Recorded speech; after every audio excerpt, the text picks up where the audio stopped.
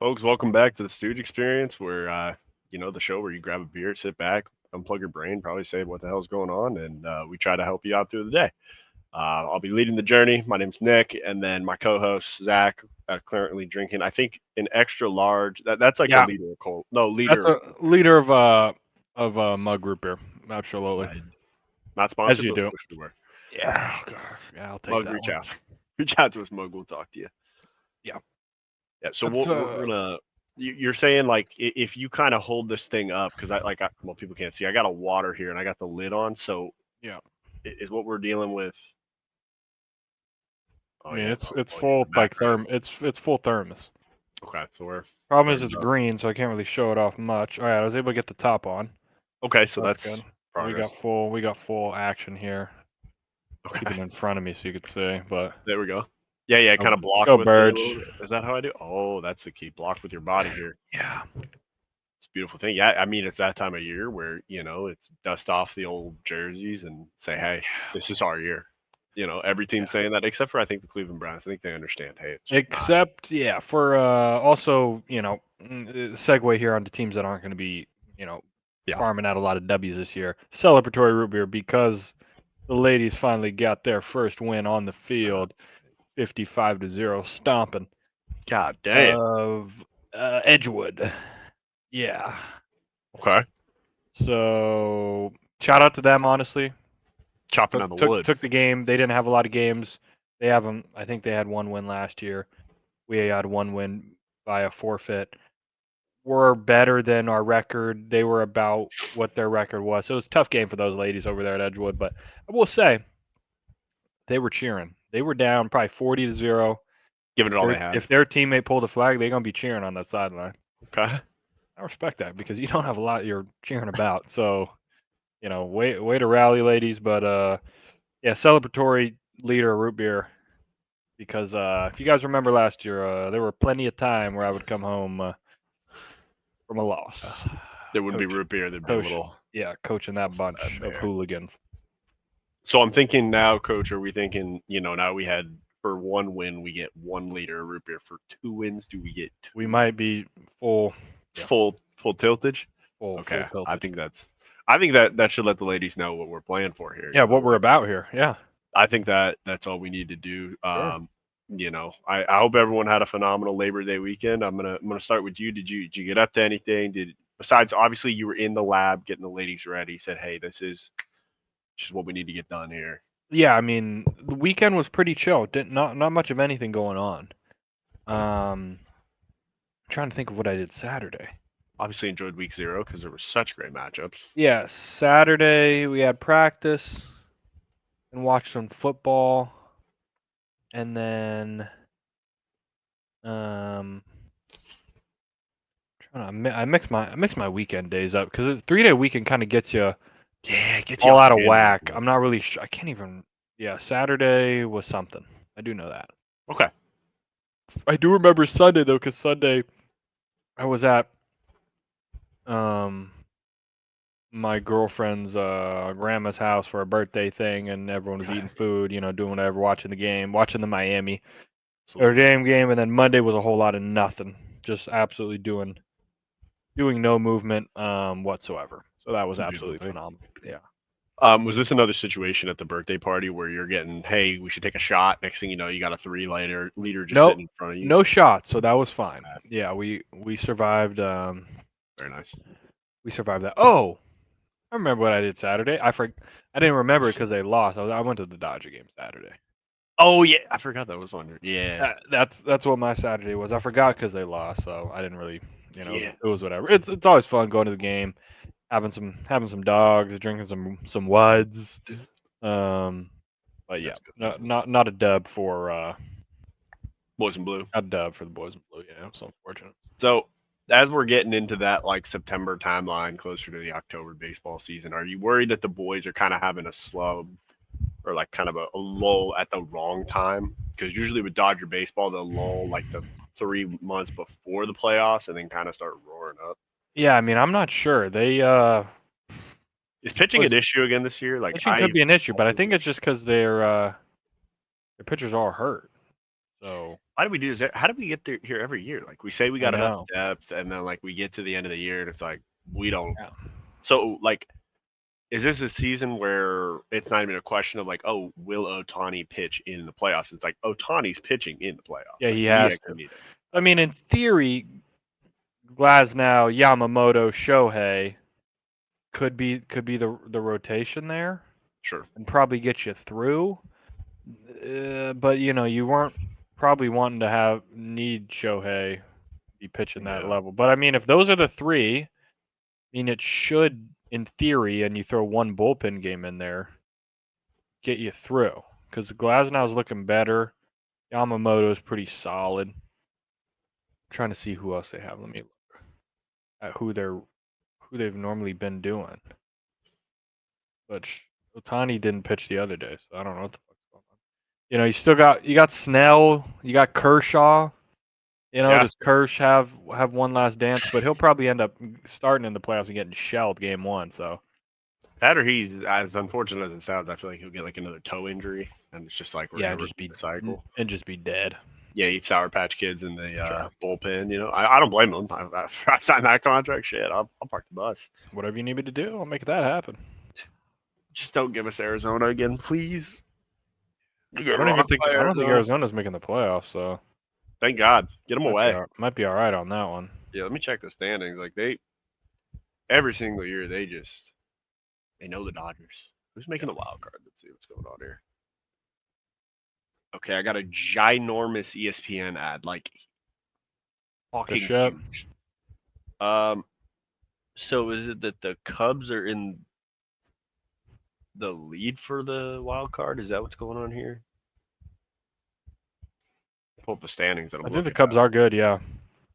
So I'm looking here. Is this saying that they're in the lead for the wild card, or they're in the number one seed for playoffs? They're number. That's wild card. That's wild card. Okay, so that is only wild card. Okay, got it. Man, Arizona's still alive. I don't love it. Of course, the Rockies they got 39 wins. I'll take. You know what? That's better than what I expected. What was their over under? Probably like 20. I don't know. Those guys are shit.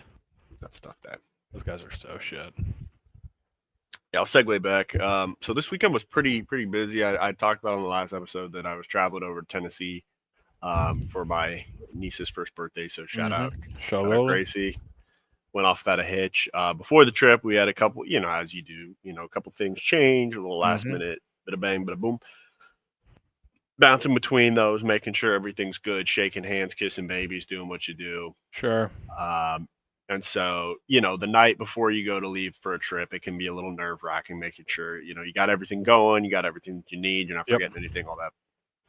So we were kind of battling through some, I will say, stadium pulse. I could feel kind of the noise kind of happening, and I'm trying to make some audibles, not really going perfect, but we're making things happen. We're moving the ball. Sure. And so to end the night, I was just like, hey, like, you just want a nice shower and just chill. Like, that's it. I just want to shower. I want to go to bed. That's it.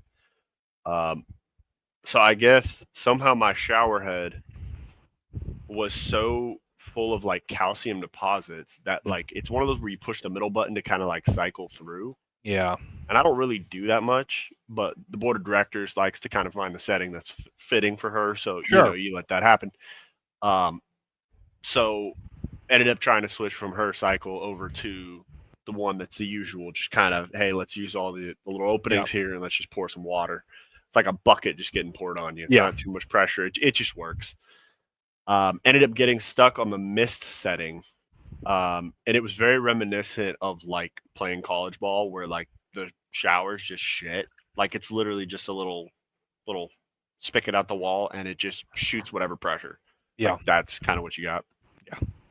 So I'm standing there probably looking like an asshole for like 10 minutes trying to just click this button. And I'm like, it's clicking, but nothing's happening. Like we're not changing. We're not doing anything. Sure.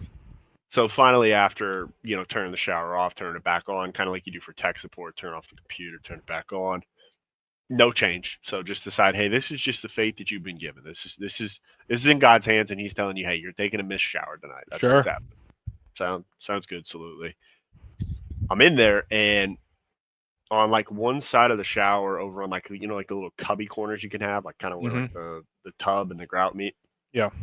I had a giant bottle of like shampoo from Costco that's just sitting there. It's perfectly like it's not like it's leaning on the edge or anything.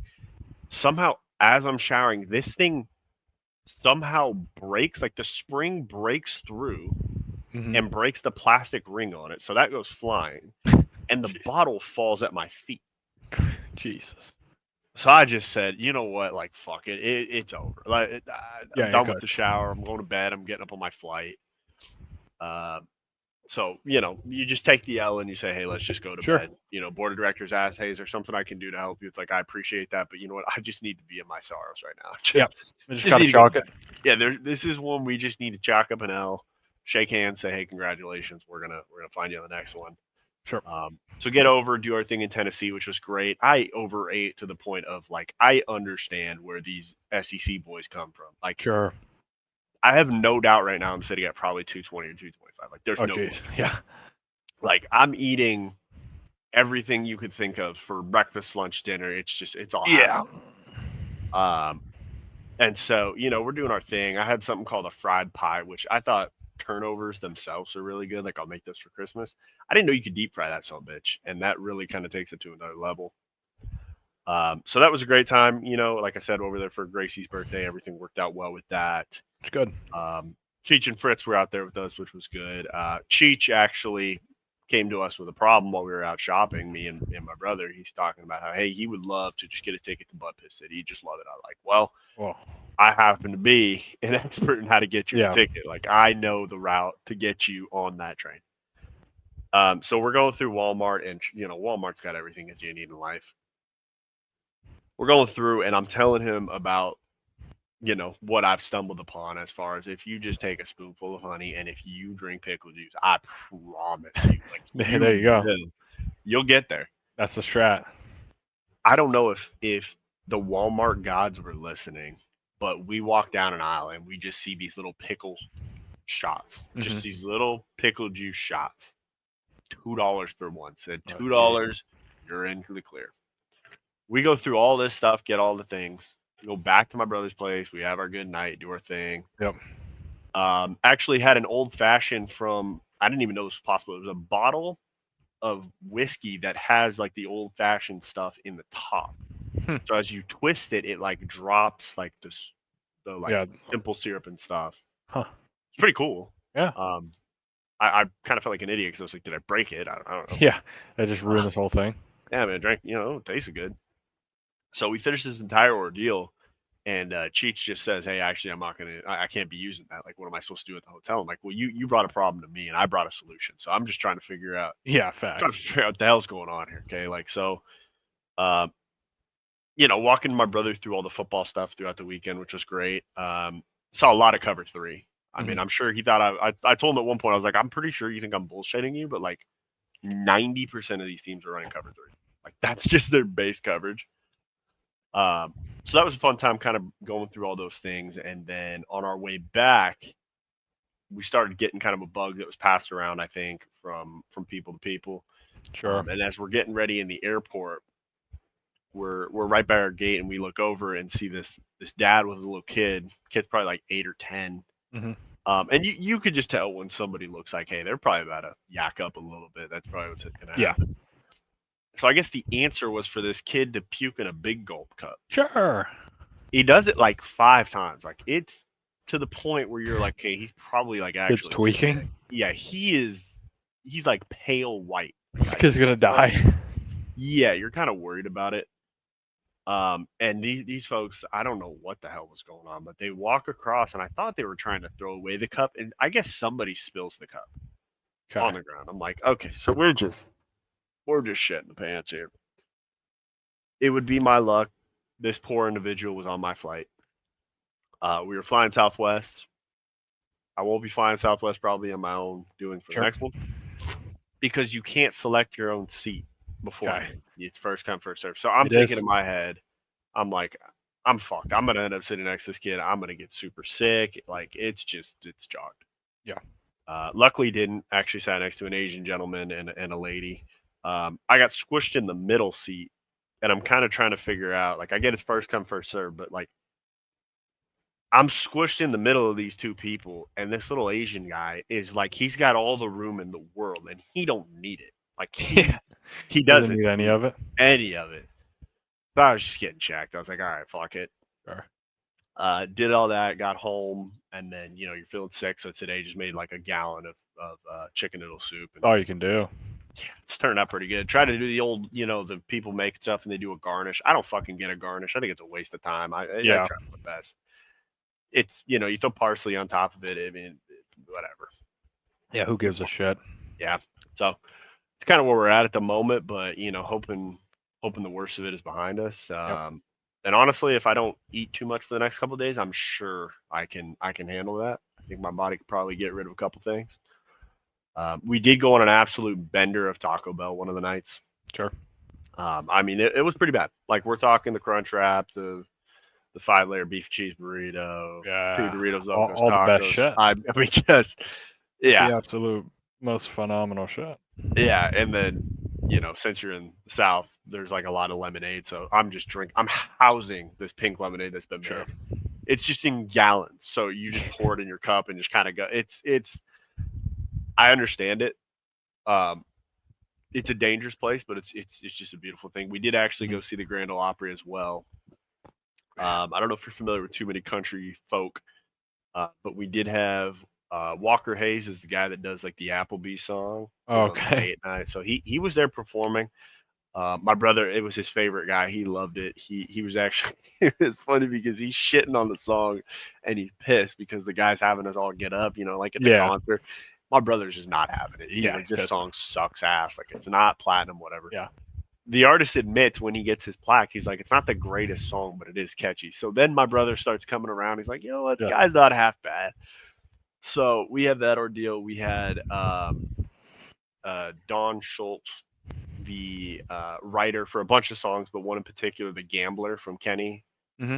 Well, Kenny, he wrote it to sound completely different. So he played it like that. It's more of a happy tune. Sure. I prefer the way that it's been shown to me before by Kenny. Just sounds better. And then the last guy, Vince Gill, was there, who's an absolute legend. And so, we went with Cheech and Fritz, did our whole thing. Sure. Apparently somebody thought that Cheech was Vince Gill. They do look pretty similar, so I'll just show a picture of Vince Gill. I mean, it's not the worst comparison I've ever heard of. Let's see here. No, they got to have a recent picture. Yeah, there it is. Okay.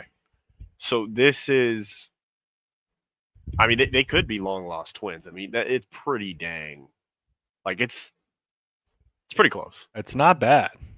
So he was a little older. I think he was a little older when we were there. I think this might be a little bit younger. Yeah. But this is the closest I could find because all the other ones show him kind of a little more. Like he had his hair done exactly like kind of like this. Yeah. But a little more gray haired. Sure. Yeah. An absolute legend.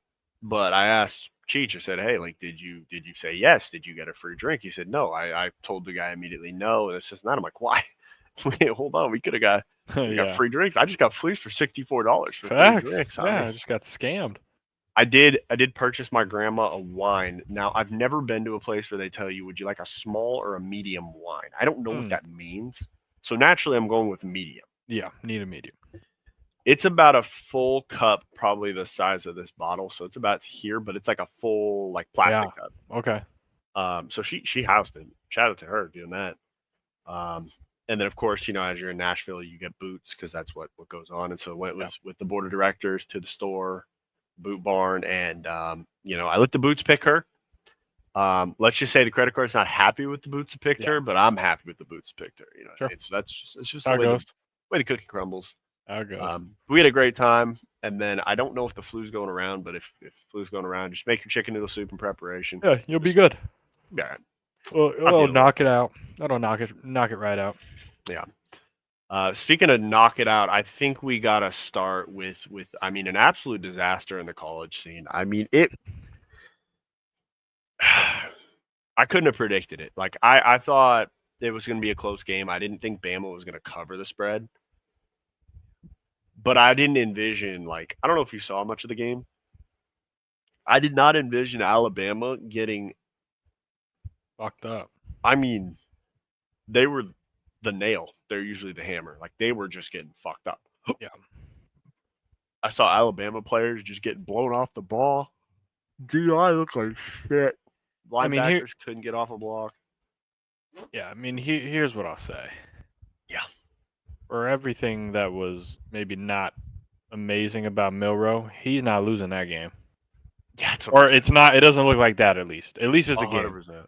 Like when Mhm. in doubt, he'll just take the fuck off and probably just score a touchdown on his own. So that's why I'm sitting there. Like, at what point do we go to the true freshman? Yeah, it's a runner, right? Yeah, Russell is his name. Keelan Russell. He related to Jamarcus Russell. Let's see. Because I think he was 5-star, all freaking God's greatest gift to earth. Yeah, 5-star. Sure. He was the number 2 quarterback in the class.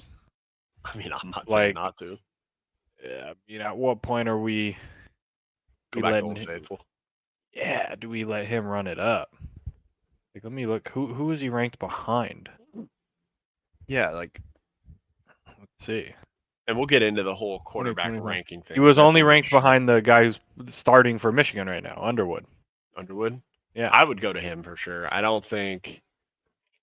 I mean, so I can't blame Ty Simpson for what was going on with the Alabama defense.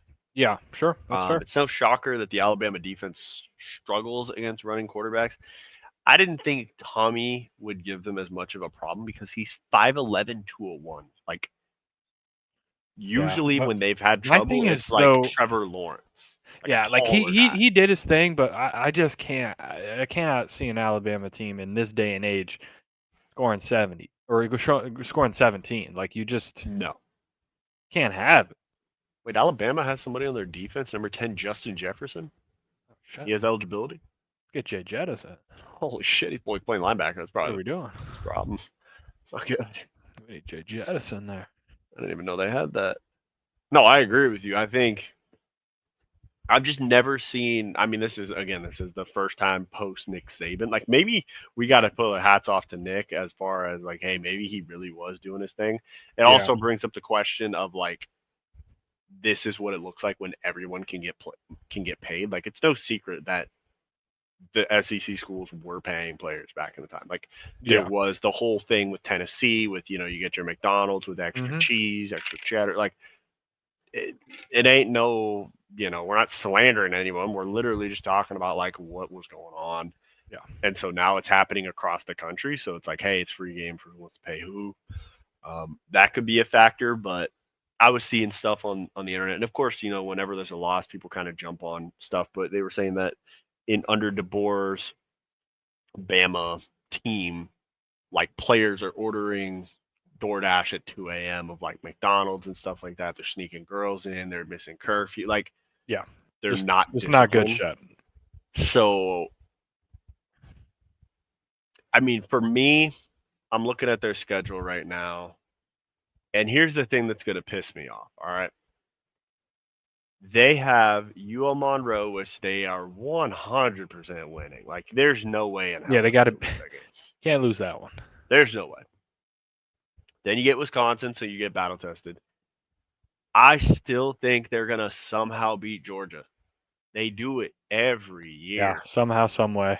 And then we start this whole circus again of like, okay, well, is Bama back? Is Florida State really that good? Did Florida State catch them on an opener? Like, yeah, season opener at home. Everything was going their way. It was raining too, right? Like, the weather was. Yeah, it got bad in the middle of the game.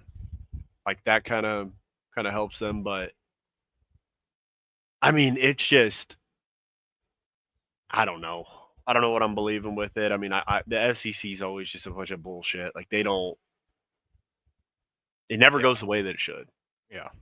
But if Alabama plays with the same effort, because I was watching a lot of people post videos of like none of the Bama players running to try to tackle the running back if he breaks free or something because he's on the other side of the field. Like, that needs to be fixed.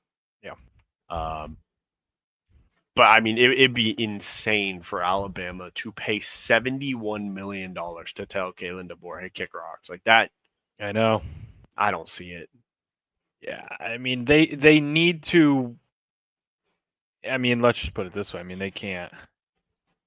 I don't know. I think they can him if he goes 9-3 again, though. You think so? Yeah, I mean, if Can't his he ass. goes 9-3 again and misses the playoff again, in the era of now there being 12 teams, and Yeah. when Nick Saban was in there, they're in the playoff every year. I mean, pretty much. I think Yeah. maybe one time they didn't make it, but like they're in Yeah. the playoff every year. And now the first 2 years of it going to 12 teams, they can't make it one time. Good point. That could Very be valid. it. It's very valid. Because I mean, let's say they don't beat Georgia. Yeah. Now, let's say you win all the other games until Tennessee. You have 2 losses going into playing Tennessee, South Carolina, and LSU, Oklahoma. Right. Like, are you for sure winning all 4 of those games? I don't know. And then you're just 9-3. Like, you're fucked. That's what I'm thinking. Like, they got to beat Georgia first off to stay alive, and then I just think Tennessee always beats them like by one I or know. two. Like that just kind of keeps going.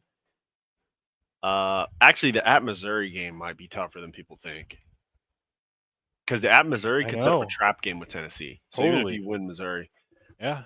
South Carolina, I'm not buying the South Carolina hype. And Like they could do the same thing. If they go in and beat Georgia, just wait, Vanderbilt letdown game yeah, like last time. yeah, Like all of these games, like this is Bama's at a spot now where you just don't trust them like you used to. no, Like you don't trust them to be in a big game. You're never now giving them the benefit of the doubt. Like, oh yeah, they'll find a way. no. I mean, look Whereas at like the there were stat years, line. even just a few years ago, like the year when they had Mechie and Jamison Williams when Jamison Williams got hurt in the Natty. Yeah, Which I think they win probably if he doesn't get hurt and Mechie doesn't get hurt. Like going into the conference championship game, they were like, "Well, if Bama loses, they're probably, not going to make the playoff." I'm like, they're just gonna win. Like they're gonna make it to the play. Every time you were like, "Fuck, man!" Like these guys just find a way every time, yeah. and then they make it, and you're like, "Ah, man, this year maybe that they didn't deserve it," and then they just win the Natty, and you're like, oh, "Okay, they did deserve it because it's Fuck. Bama." Yeah. You can't really say shit, but they don't have that anymore. I mean, I can't name a year from the last Alabama team where I've seen them rush for less than 100 yards. I Like know. that is insane. Yeah.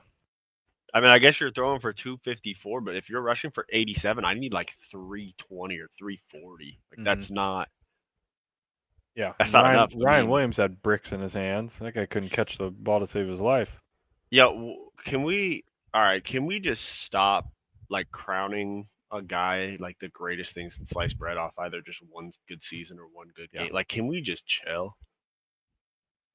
Like I think everyone was talking about like the cover curse. Like Jeremiah Smith even had an off day. Like Ryan Williams did. I mean, that's just yeah. I mean, for him to 5 for 30, and then you got Jermaine Bernard with 8 for 146. Like he was doing his thing. He was trying. Oh yeah, I forgot Ty fumbled the ball. Yeah, I was gonna say they had a pretty clean game, but I just think you can't lose this Florida State team. I don't think they're that good. Like truthfully, I don't. Like I'm looking at their schedule right now. T's and P's for this guy that was shot in the head. I don't know what the hell is going on. Like what? You guys won and he got shot in the head. I thought that's what you do to someone when they lose. Yeah. God damn. You would think, huh? I mean, I don't know that I see this team beating Clemson. I know. But I mean, the rest of their schedule is pretty winnable. Like, I know. I'm not Yeah, buying Miami. It's definitely winnable. I'm not buying Miami. I mean, they didn't look great either in my eyes. Like, I don't know. I'm not really. Yeah, I know. buying This the is what I ACC don't know. this year. I mean, yeah, we can segue this into the High Horsin Yeah. because I'm going to talk about rankings and that bullshit because ACC is one area of like where I have no idea what anyone is thinking. No one knows if anyone's good. First of all, so this is why I always wait until like week 4 Yeah, that's been to your golden decide rule. to decide who's who, or 4 games, whatever it is. If you had a week 0 game, or whatever you want to do, Sure. just week 4 of the season. Maybe you played 5 games, maybe you played 4. Who gives a fuck? Yeah, just Maybe you enough played tape. 3. Who knows, man? But at least like before you go into conference play, Hmm. we kind of have a general idea of who's what. Now we don't totally know because like Bama could beat Florida, or Florida State could beat Bama, and we'd be like, oh man, is Bama like super shit? Yeah, But then Florida State could go 12-0, sure.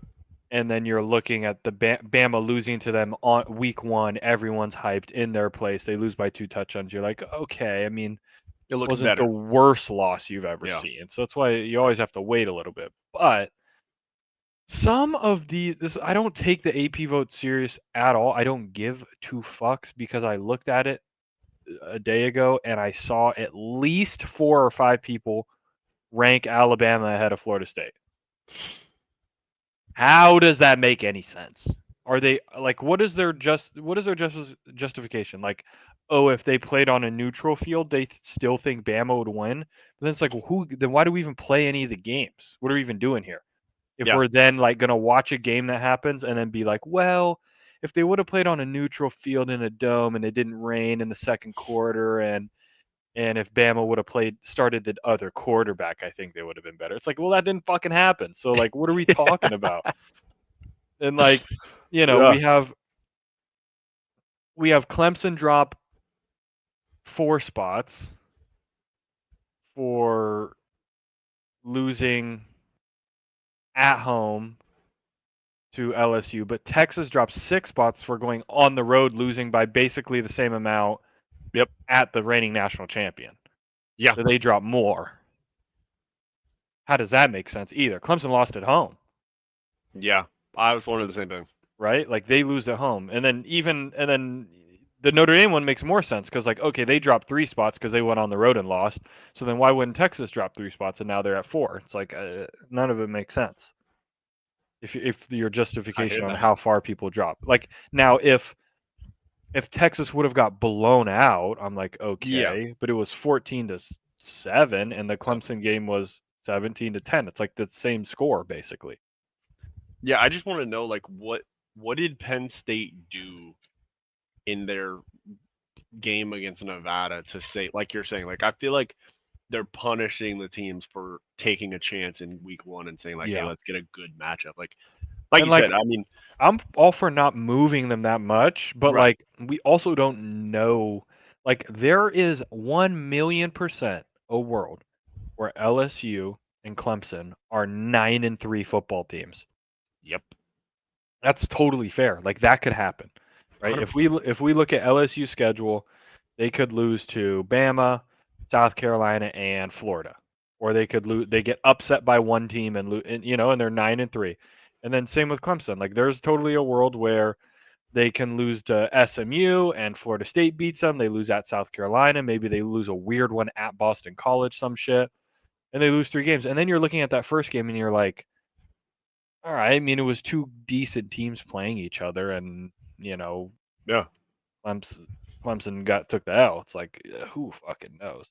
So you No, really I don't agree. know until like they all play, and then LSU plays Georgia, and say Georgia beats them 21-0, and you're like, oh, okay, now we know Georgia's a big dog, or Ohio State's really good, or Yeah. X, Y, and Z team is good. But everyone just be throwing out bullshit. I mean, I just can't believe there are people that had Bama still ranked over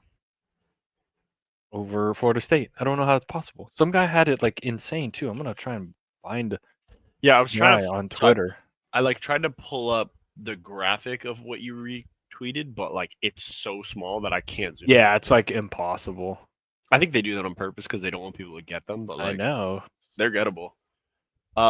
Yeah, I'm Yeah, gonna I look. mean, like Let me while you're find one of looking these for guys. that, I'm This just guy. This thinking, guy's. Oh, okay, no, never mind. This is the USC person, but they at least have Florida State 1 spot ahead. They have Florida State at 10 and Bama at 11. I don't even know if I like that either, but I mean, like at that least they have doesn't. them ahead. The Nevada guy has Bama at 11, Florida State at 15. Make that shit make sense, you dumb fuck. I'm gonna call all these idiots out. Let me find another one for you. So literally, like, playing the game doesn't mean anything. Like, Yeah, it the doesn't game matter. the game doesn't fucking matter. Why would the game that happens on the field matter for ranking teams? It's a good point. It's all about Like, marketing. I hear it. yeah, make that make sense. All right, here's one. Julian something. He's the Vanderbilt guy. Dumb fuck. Maybe Julian. Ranked Bama 18th, Florida State 24th. 24th? They're the 24th best team? Holy Jeez. shit, Julian! You need to get your head out of your ass, dude. They're like how? How does that make sense? That's a shit rat pick. That's 24th? They're ranked behind Texas Tech. nah. Having them right behind Texas Tech is disrespectful. Like, there's no Let's fucking find another way. one. There's probably another idiot in here. See, this is someone I can get behind more. Alex Taylor, Wyoming. They have Florida State ranked 22nd. Okay, whatever. But they don't have Don't Bama have ranked. Bama ranked. That's fine. I can live with that. Like I if don't you think if you that don't think State's Florida top State's that good and you're like, they're 20-ish, and then you have Bama like not ranked, I'm like, oh, okay, that's fine. Yeah, But then you couldn't have Florida State ranked 11th and then Bama not ranked. And it's like, why would they move up that much if they beat a shitter team? So yeah. how does I that agree with make that. sense either? Let's find another dumb idiot. Sure, there's plenty. There's another. Let's see. This person put Florida State to 5th. Okay, I mean you might be. You're on that. Yeah, That might be a little. That might be a little yeah. too insane. Who is Smoking that this? Bama pack, huh? Okay, this one isn't it. Matt Marshall. He's the Florida State writer.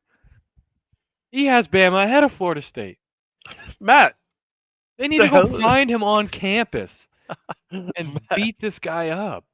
Matt, You're screwing your own lads up here. Matt, you guys Oh won. gosh, What are not we this doing? guy. Okay, this is a bad one. Mike Jacques, Wisconsin, Bama, 18th, Florida State, not ranked. I know why he's doing that. I fucking know why he's doing that because Yeah. Bama plays him next time. Yeah, And Bama he plays wants to hype Wisconsin. this shit up. Yeah. I'm on to You're a you. piece of shit. You're a Okay. piece of shit. That's all you are. Yeah. You're just a dumb piece of shit. Okay, Florida State, good. Bama, Florida State. Isn't Bama. Where's Florida State? Not ranked. Wake Forest. John Johnson, Wake Forest. Bama is 15th. Florida State not ranked. So they Dude, just got lucky, I guess, and win by 2 times. Like the Boise State guy's got none of them ranked. He doesn't give a fuck. he's going for blood. He doesn't He care. said Anymore. we're all shit. We're all shit together. I respect that. Yeah, that's the Nevada guy. He's a dumb idiot. Sure. Got the brakes beat off him by Penn State. Let's see, another Florida State. Florida State right ahead of Bama. Florida State ahead of Bama. Florida State ahead. It should be that. This shouldn't be a segment. Like this should be a normal. Yeah, that's what I'm common saying. sense, like- Georgia Tech, Chad Bishop. Bama ranked 17th. Florida State not ranked. Chad. Like, how does that make any sense? That's the Chad. like. How can they filled out their thing Yeah. and be like, no, that adds up. This guy's got him ranked. This guy's got him ranked 5th. I mean, that might be a little. I think you're seeing the world through crimson glasses. Like that's the problem here. You know what I mean? Like this isn't the Alabama of old. This isn't the Nick Saban led. You know, we do everything the way we do. If we do everything the way that we do, we're supposed to. That's our And the standard. LSU guy. Oh Jesus! The LSU guy put Bama ahead of him. I know why he's doing it. Fucking boosting the SEC. Yes, I'm not having it. This guy's a shitter, man. All these guys Not are having it. shitters. Yeah, I mean I'm basically to the end of the list. There's probably another guy in there. Not a lot of people have USC. I'm shocked USC isn't ranked. I really am. Yeah, I mean, look, I mean, we'll go through that really quickly. I mean, that's part of High Horsin, but it's like, I get we played, Sister Mary Fish of the Sea, but when you play a bad team, like, you need to take care of business. And I haven't seen USC take care of business like that. Wasn't it the most points scored since like 2005? I think that was it might have been. I haven't seen 70 in a while. 70 is a lot of points. 70 is a lot. And the offense looked good. Defense, I was more surprised by the defense. They were hitting with a purpose. They were moving. The D line looks unbelievable. Number 0 on the D line. Is it number 0 or number 8? The transfer from. I didn't really get a chance to watch. I only watched the highlights, so I didn't get a chance to watch the actual play-by-play. I gotta find this guy because So I was telling my brother Let's about see. the transfer from Kentucky, and I would see him on the sidelines in between plays, and I'd be like, "Oh, there he is," and we wouldn't see him, and I'm like, "I know it sounds like I'm doing like a Jaws thing, like, oh, I'm seeing the fish, but I'm telling you, like, we finally saw this guy in the third quarter." My brother was like, "Holy shit!" I think he's 6'5", 360, Yeah, number 0, number 0. Jamal Jarrett, Jamal Jarrett is going to be a difference maker when we transfer play from against. Georgia. Who's the kid from Kentucky? I thought he was the Kentucky one. Jamal's the Georgia guy. Jamal's a big son of a bitch. Yeah, Like I'm I not am sure very who the happy to have Kentucky him. guy is. I'd have to It was look. something Jarrett. That's Jamal Jarrett, though. They said he's Kentucky. Maybe he's he's Georgia. Maybe he's from Kentucky, though. Maybe he is from Kentucky. That might be it. I thought I saw there was a defensive lineman that USC got in the transfer portal that was like the picture that they put was Kentucky. Okay, it could be a different guy.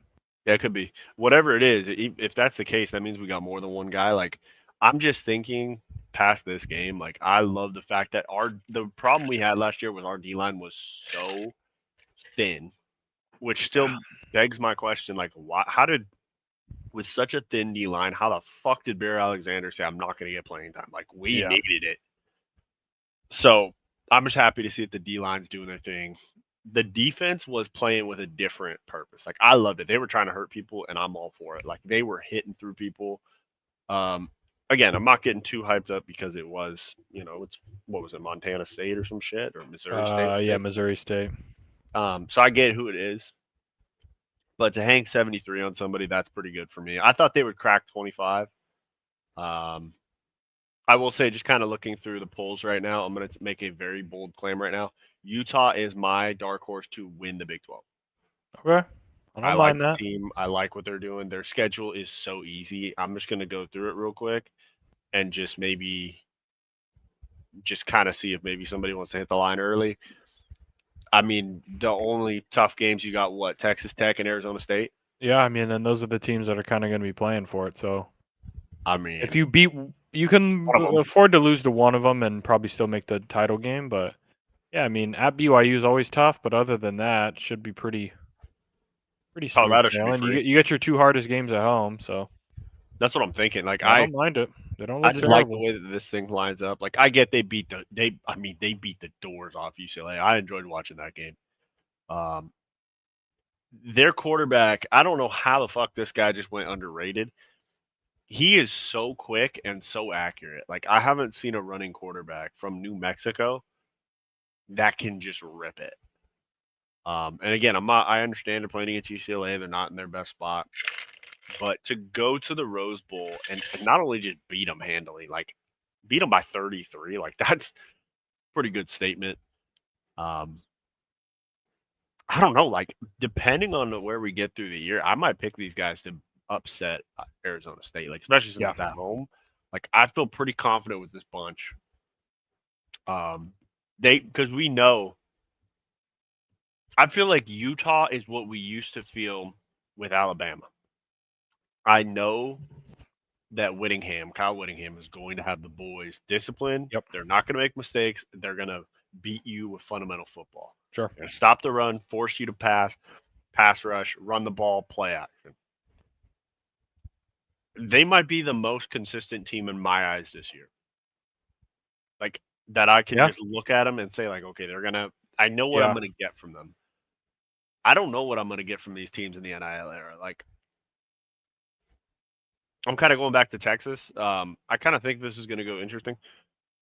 Texas should have beat Ohio State. Like Sark called such a good game. Like Arch Manning missed a lot of throws that would have led to like at least for them putting up 21 points. Mm-hmm. Now who knows if they put 21 up? Maybe the play calling changes and Ohio State has to uncork it a little bit, and maybe there's a different game. But like I was watching that game, and like from the first throw, Arch looked. I mean, he just looked like a new quarterback. Yeah. It wasn't like bad. It wasn't what everyone. Yeah, and I mean that's for. a tough way to start. It is. It is. I mean, looking through, I guess we'll go through with it real quick because we're here. Both teams were pretty sloppy. Defenses looked good, but on offense it was sloppy. Yeah. I mean, Jeremiah Smith, seeing that he's not leading the receiving yards is kind of crazy.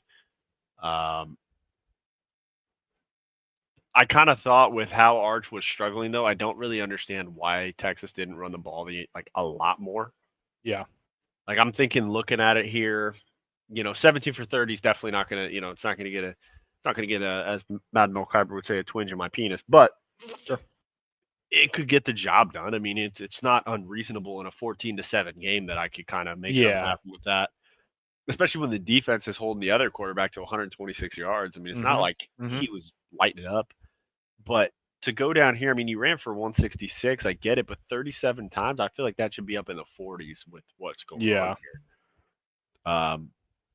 I think Arch is going to look way better the rest of the year. There's no question. I mean, his schedule gets easier, but I think from a betting perspective or like for the rest of the year outcome, like I still would feel confident picking Texas to beat Ohio State in the playoffs. Like, Sure.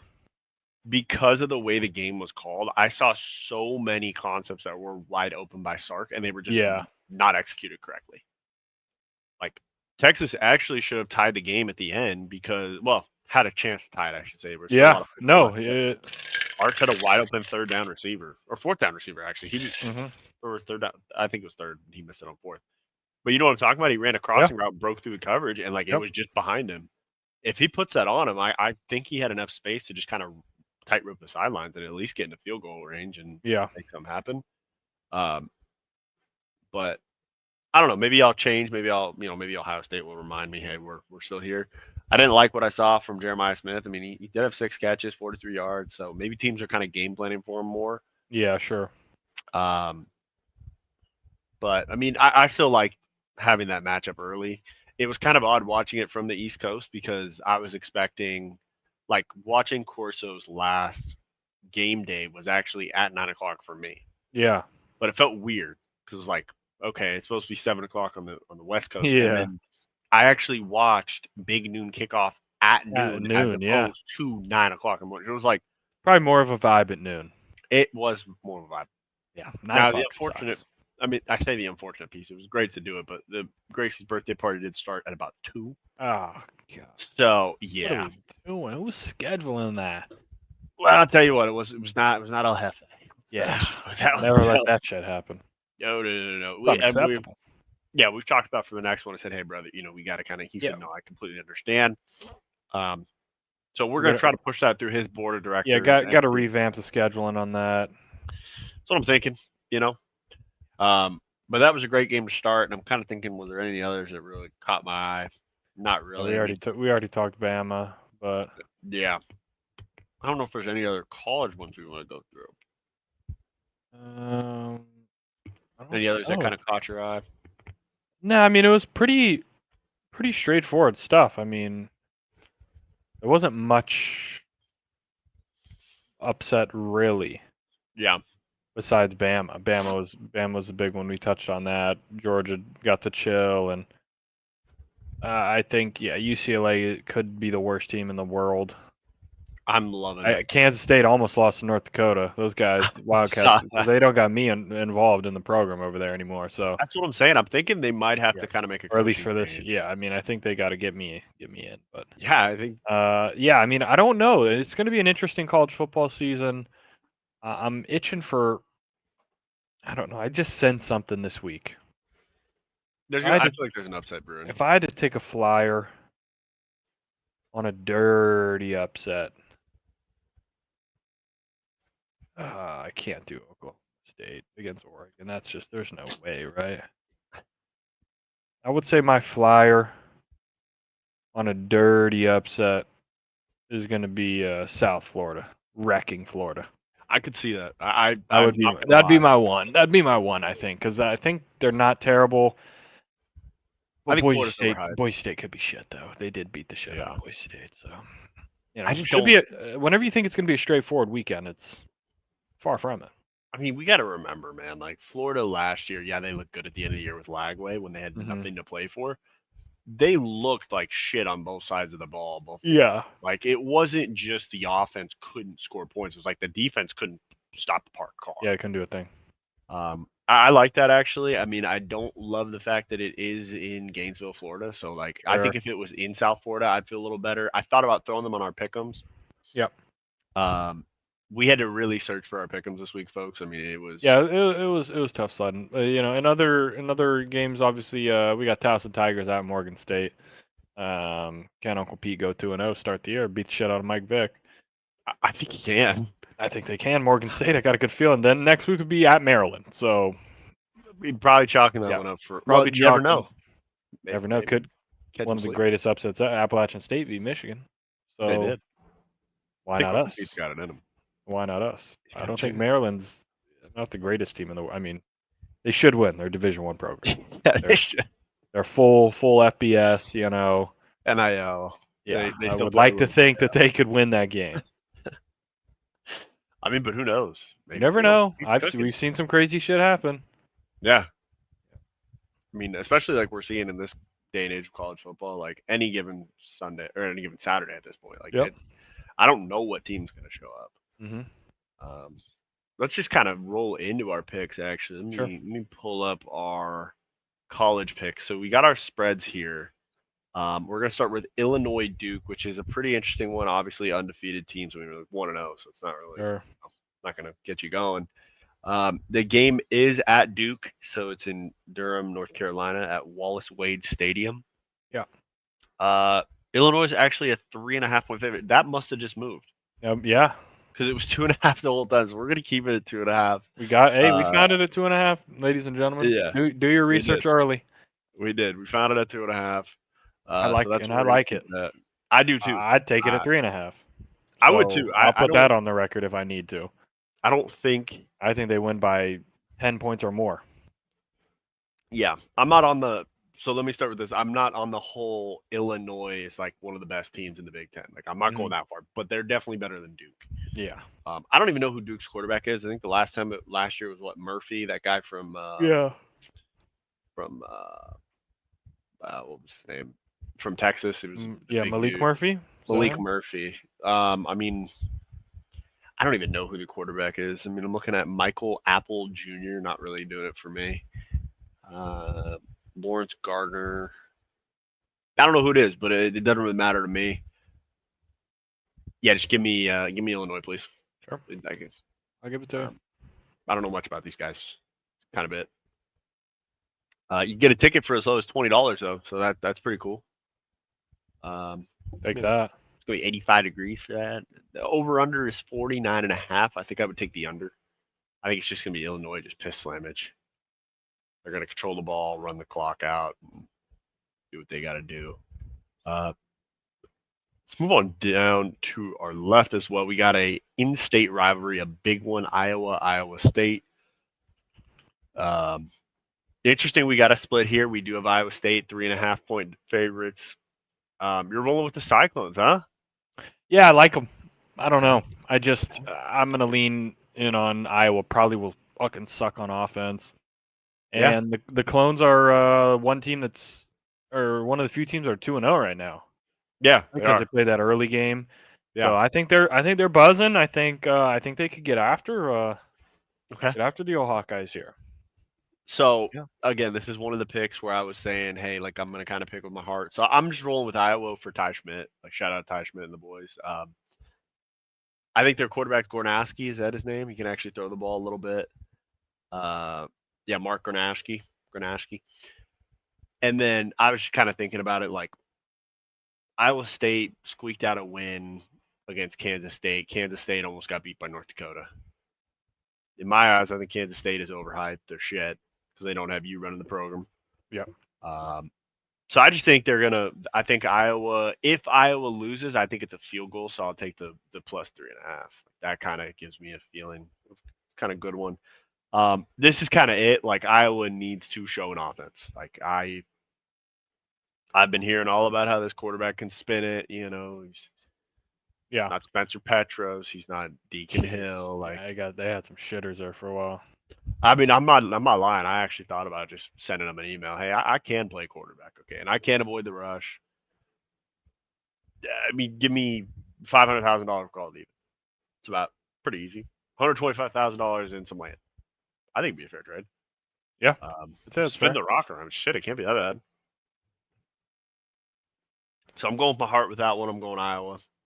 I just wanted to be on side of the Hawkeyes for this one. I'm going to jump back up over to our top right here. We got ASU at MSU.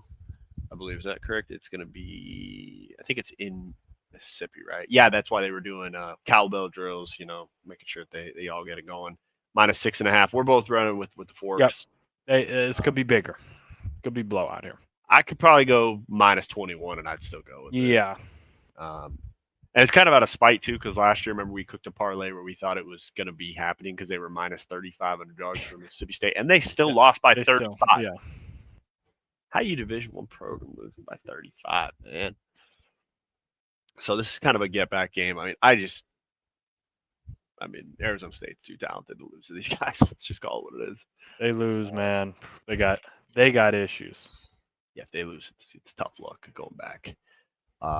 Rolling on down, we got Michigan, Oklahoma. Michigan takes a road trip into Norman, Oklahoma for Memorial Stadium. 5.5-point favorites for OU, 5.5-point dogs for Michigan. We got a grudge match here, so you're running with blue, huh? You like? Yeah, I just can't believe in Oklahoma. There's something about them. They'll score like 7 points in this game, and Michigan will win like 14-7. Okay, it'll be the most bullshit you've ever seen. Yeah, it'll be the absolute snooze fest of the night, and you'll be like, when can this game end? I hear that. Yeah. I hear all of that. I went with Oklahoma because they are the home team. I think the home team's really going to matter in this one. And I'm not sold on Underwood. I mean, he played against New Mexico, and I'm not saying he looked bad, but I did see some throws where they got after him. He is gettable. Yeah. So I just kind of think Oklahoma. Again, I'm not thinking that they're going to be a great team. I just think that they will win this game. I might get screwed by the spread. Okay. That might be where I'm got. It could be. I think OU could win by a field goal and I still lose. So it's like I might have fucked myself over with this pick. I'm not gonna lie. Looking at it now, there's a world where 5.5 becomes my the bet I'm gonna have to lay in. Yeah. That's okay. We'll get them on next one. Yeah, all right. Then to finish off this great deal of picks, we got Ole Miss versus Kentucky. I believe this one is in Old Kentucky, right? Yeah, Lexington, Kentucky. Heard. Yeah, -9.5-point favorites for Ole Miss. I think we're both going Kentucky because we don't believe in the -9.5, right? We're going +9.5. Yeah, I think this is a grinded out SEC game. Kentucky always has a couple good ones mixed in throughout the year where their defense looks like the greatest defense that's ever lived. Yeah. I think they keep it close, maybe lose by 3, lose by a touchdown or something. But I think they can cover this. I think so too. I mean, I'm looking at it I've said it every year. Whenever they play Georgia, even though it's at Georgia, I think at Georgia and at South Carolina, I'll probably end up picking Kentucky because it'll be like a +9 spread or something, and just give me Kentucky. It'll be close. Man, they got a fucking gauntlet. Look at this schedule right now. This is. They got something special. Huh? I mean, this trip right here. So, obviously, you go Ole Miss, you do Eastern Michigan, and then you just get a grueler of South Carolina, travel to Georgia in between the hedges. Then you host Texas and host Tennessee. Yeah. That 4-game stretch right there is going to be there. Yeah, good luck, buddy. Hey, we'll be pulling for you. Yeah, we'll be hoping you do well, Yeah. All right, so we got some good picks here. I think this would be a good college football deal. Yeah, it should be an interesting start for real. Yeah, and I mean, there's a world I'm thinking some letdown games. Some of these are just gimmies. There's no way Miami has a letdown game against Bethune-Cookman. No, that's just not possible. Yeah, that's be hard to have a letdown game against them. Yeah, I mean, there's a world where Baylor does beat SMU. That could be a letdown game. Yeah. Or it's just wishful thinking. I don't know.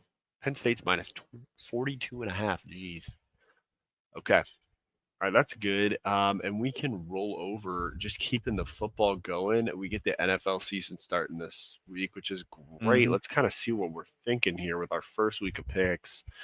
First game on the slate is Chiefs-Chargers in, I believe, is it Brazil again?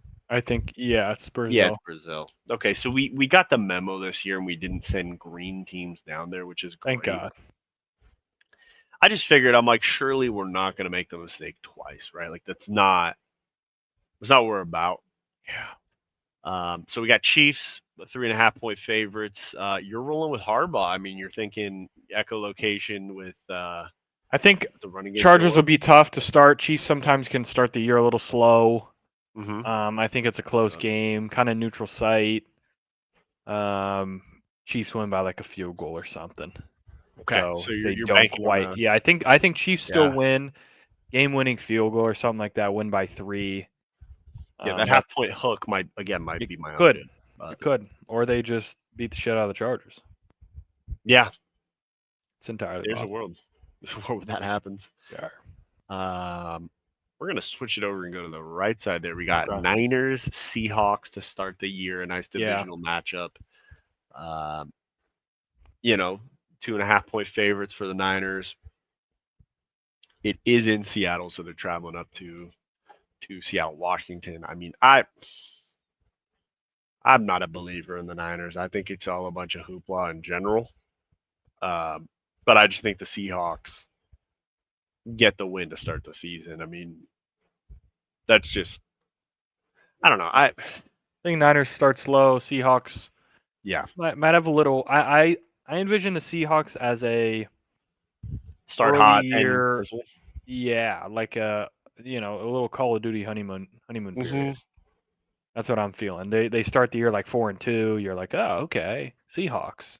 And then And just like 9-8, and they maybe make it, maybe don't. You're like, okay. You yeah, kind of hoping that they're the team that you get to play in the playoffs.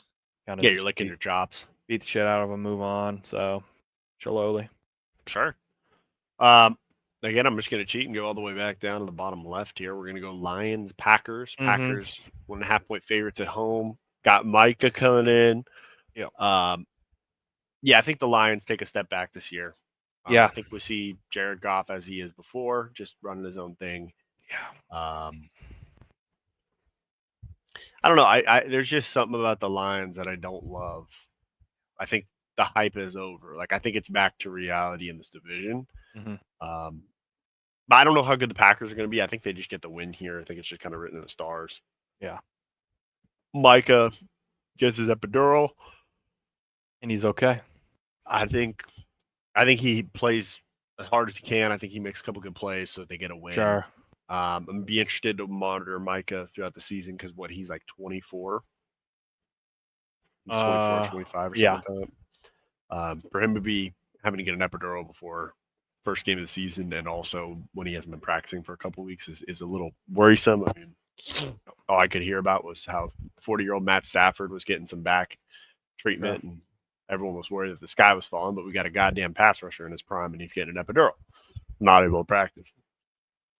Something to watch. Then we go Ravens Bills to end the night, which is great. I mean, that'll be fun. In Orchard Park, we got Bills -1.5. Ravens. I mean, it was a tough toss up for me because the Ravens last year beat the piss out of Josh Allen and the Bills when they came into town.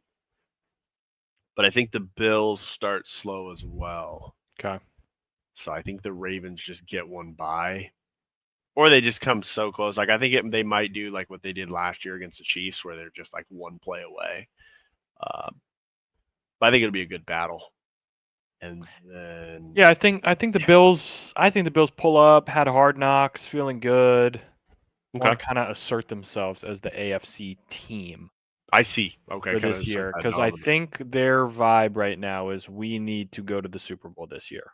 I also think that's the Ravens vibe, but I think opening game at home Sunday night, Bass kicks a field goal to win it, maybe something like that. Tight game could go either way. Like I could see the Ravens winning, but in a game like this where you kind of know the teams because the rosters are pretty set, you kind of know them a little more. I'm going to just lean home team early in the year if I ever am in a coin flip scenario, which this game kind of is. I hear that. I suppose I don't even know who the kicker is for. Yeah, is it Loop? I think the guy's name is Loop. Tyler Loop? Yeah, place kicker Tyler Loop. He's a rookie. Tyler Loop. Oh, shit. Well, we'll find out what he's made of. From Arizona. U of A. Go Cats. Good shit. Then And then our bottom pick here is the Rams-Texans game. That should be an exciting one. We got the Rams at minus 3.5-point favorites. Obviously, as a homer, I'm going to go with the Rams. Yep.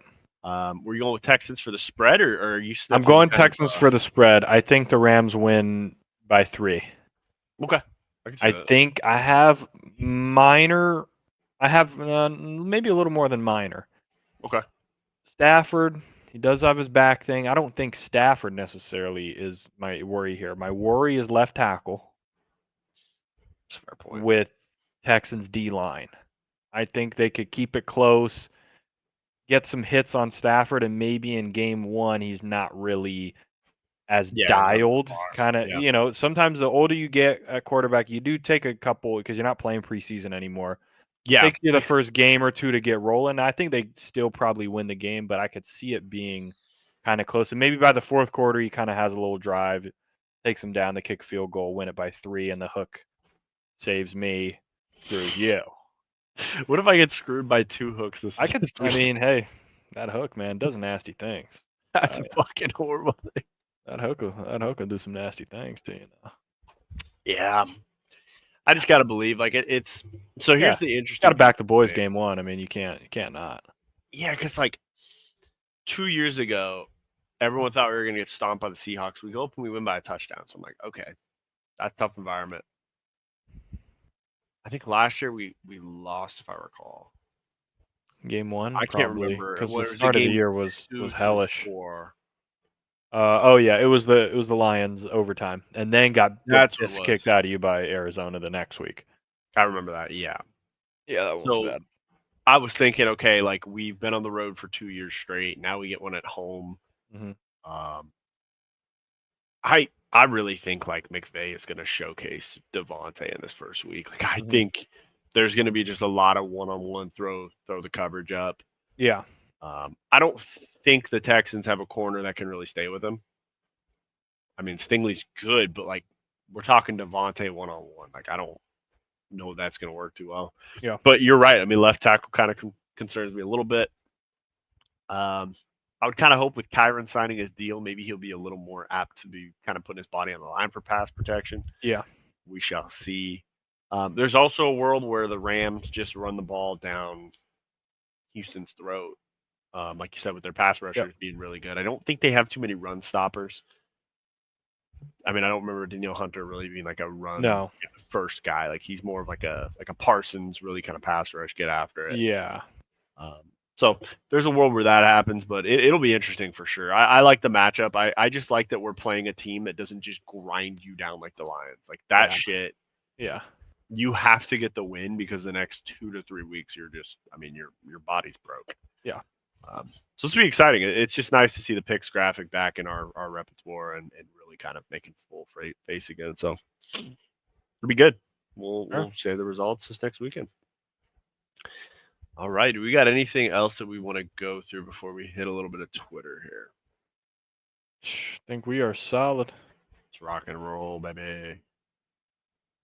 All right. Let's start with shout out Des Bryant showing his reaction to the trade for Micah. Yeah, I mean, hey man, I've never seen a situation where, and I get it's a business. It's not anything you think personally, but if I've gotten the shit kicked out of me in the playoffs by a team for the past 4 years, I'm really not apt to just give them my best weapon for a 30-year-old aging defensive tackle. Yeah. And through 2 first-round picks when you could win the Super Bowl or be in contention for it. So your pick's like 28 to 32. Like, I'm not understanding the math here. The math is not mathing. That's like sure. It's much easier to draft or find in free agency a defensive tackle to stop the run. Yeah. Than it is to find a elite pass rusher. Yeah. Exactly. So I get Jerry Jones has to spin it because it's already done. It is what it is. But it's like, I mean, you could try to spin it. I'm not buying it. Like, what are we doing? I guess if you're better at stopping the run, cool. But like now you don't have anyone who's just going to go get the passer. Like I don't. Yeah. There's nobody that I can see on the defensive line for the Cowboys that like I think okay, this guy's going to get home with rushing four. You're gonna have to rely on blitz packages, and it's pretty predictable in the NFL. And you're gonna give up a lot of one-on-one matchups, and then you overpay the shit out of your corner. I mean, yeah, Cowboys are fucked. I don't know. Yeah, it's huge. They just gave you the freest back-to-back I've ever seen. Slowly. Yeah, I guess Shane Gillis was marked off as out for the game with a tailgating injury. So for Notre Dame, so that's it's a serious thing. Yeah. You got to take care of that, Shane. Yeah, let's lock in a little bit there. Yeah, I'm not sure what's going on there, buddy, but we're gonna have to figure that out here. Facts. Figure that out badly. Yeah, I mean Micah Parsons wearing number 1. I'm not gonna lie. I'm getting kind of sick and tired of players changing their numbers. Like I don't know if you saw the shit with Luther Burden, but he's changed his number 3 times before he's taking a snap. Yeah, he was 84, then he was I think 13, and then he was 11. Okay, something like that. Yeah, pick one. Pick one and go. Just a little too much. Now I get it. They said that he changed his number because someone got released from the team, so he got his number. I get that, but like now, no more changing. Yeah, like we know. Let's lock in. So I don't care what number he wears. I mean, he's going to be pretty good on the defense. Yeah. The thing that's going to frustrate him is I think Jordan Love's going to have way more turnovers and picks than he can get the ball back. So that's my concern for them. Mm-hmm. This kid's an absolute legend. I mean, shout out Tone Diggs for capitalizing on this. I don't give a shit if this gets told to me like, hey, this has got to get rid of it. Like this is just legendary. We were watching this live, and this kid just, I mean, he just let the camera know, hey, how you doing? It was. Oh man, that's when you know you're just pissed. Watching that live, dude. We were all saying as they showed the camera, like, wouldn't it be great if this kid just flipped him off? And sure enough, he did. It was like he heard the play-by-play. Yeah, like, he just knew he had to do it. I respect the hell out of it. I mean, yeah, it's good stuff. I feel watching. Good shit, kid. It's pretty accurate. I mean, shout out. It ain't right. I mean, it ain't right. I mean, it's uncanny. There were some throws that I watched, and I know Peyton Manning left him at least 5 voicemails. Like, what the fuck are you doing? Yeah. I don't. Trying to be a gunslinger. Sometimes that shit backfires. See, I understand, like, having a couple throws, like, first throw of the game, okay, like, you short hop it, I get it. But, like, as the game went on, when you have someone that's wide open, like, you have to make the throw. Yeah, we need easy completions. Yeah, I'm not asking you to make the contested throw yet. Yeah. But I need you to make the easy one. Need you to do something for me. I don't know if you heard about what was going on with this at the U.S. Open.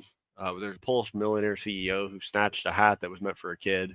Okay. And he doubled down. Nice. He actually said, quote, "Yes, I took it. Yes, I did it quickly. But as I've always said, life is first come, first serve. If you were faster, you would have it. I remind you that insulting a public figure is subject to legal liability. Sure. All offensive comments, slander, and insinuations will be analyzed for the possibility of taking the matter to court." Well, buddy, I'll let you know right now. I went to sleep last night in my house and it was 90 degrees. So go fuck yourself. Absolutely. You can have what you need. I mean, that's just. Absolutely. Are you really that big of a piece of shit? Like, you could be. You're a millionaire. You could afford to pay for this shit. I mean, it's cool that I did find out later that the kid got his own private signing. So, like, I guess it worked. But, like, you put out a statement. Full statement. Say, yeah, I fucking did it, and I'll do it again. Okay. All right, bro. I'll do that shit every time. I mean, this is. It just. What do we do? Yeah, I don't know. What are we doing? What the fuck are we doing, man? Like, whatever. What the fuck? I look forward to getting something in the mail saying, "Hey, we're gonna take you to court." Hey, 90 degrees in the house, man. If I ain't running the AC to get to about 70, no facts.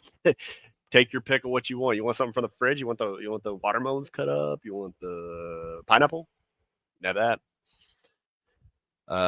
Shout out Lee Corso going undefeated right before he left. Yeah, that was electric. I mean, it's just how it's supposed to go, you know? Yeah, I'm kind of pissed I didn't think about trying to take. Well, but I had to throw my picks in early when I was in Yeah, Nevada because in California you can't do a pick because God forbid we could do sure. that. You know, I still don't understand. I think that was on the ballot this year, right? And it got somehow everyone said like they have a conscience for some reason and said no, we just It can't. always loses every time. We just can't do sports betting because like what would I do with Yeah. my life? I don't know, dude. You happy? Yeah. I'd win a lot more bets. I'll tell you that. Have fun. Have fun with your life. You know how many times I've lost a bet because I bet a receiver would get 80 receiving yards and he's at 79 and they're kneeling it out? Yeah.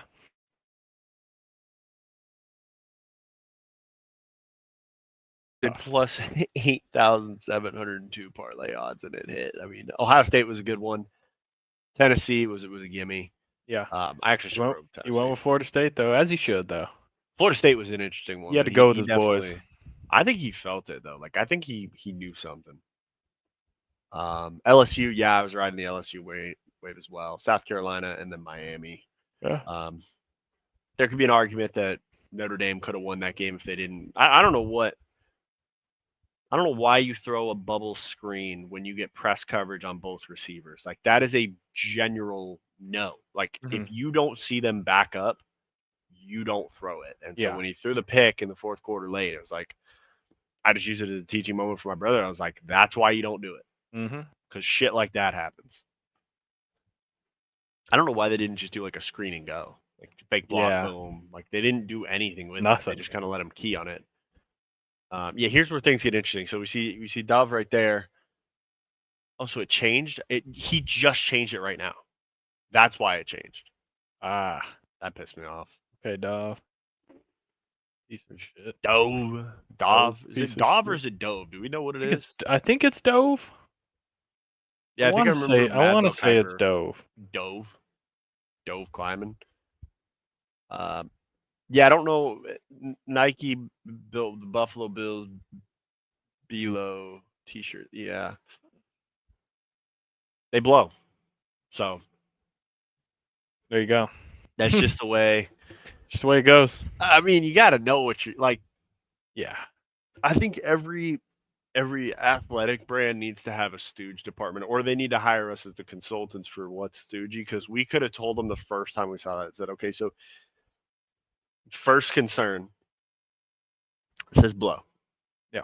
Okay, I don't care what other meaning you have for it. I'm letting you know what it means. So you're blowing here. Sure. Need to change it up. $35 for a shirt that says blow is interesting. Can we talk about? I don't know what those uniforms are called, the new like alternates, but is there a reason why the Buffalo Bills just have the nicest one with the like white ice? Like, is there a reason why we can't get every team to have that? I know. Yeah, they got to. I mean, I think they should. Like, things are phenomenal. I think I'm actually pissed at the Rams midnight uniforms because I thought they went all black and they had the fucking dumbest blue. Like, I don't know.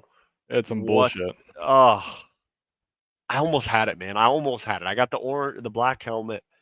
Yeah, it was in my hands. It was there. I felt it, and it got fumbled.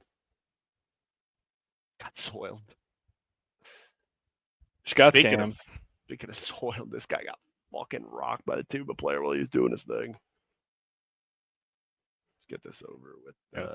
Yeah, beating the bookie. I mean, look at this guy. All right, he's fucking shit, Rock. You want to talk shit?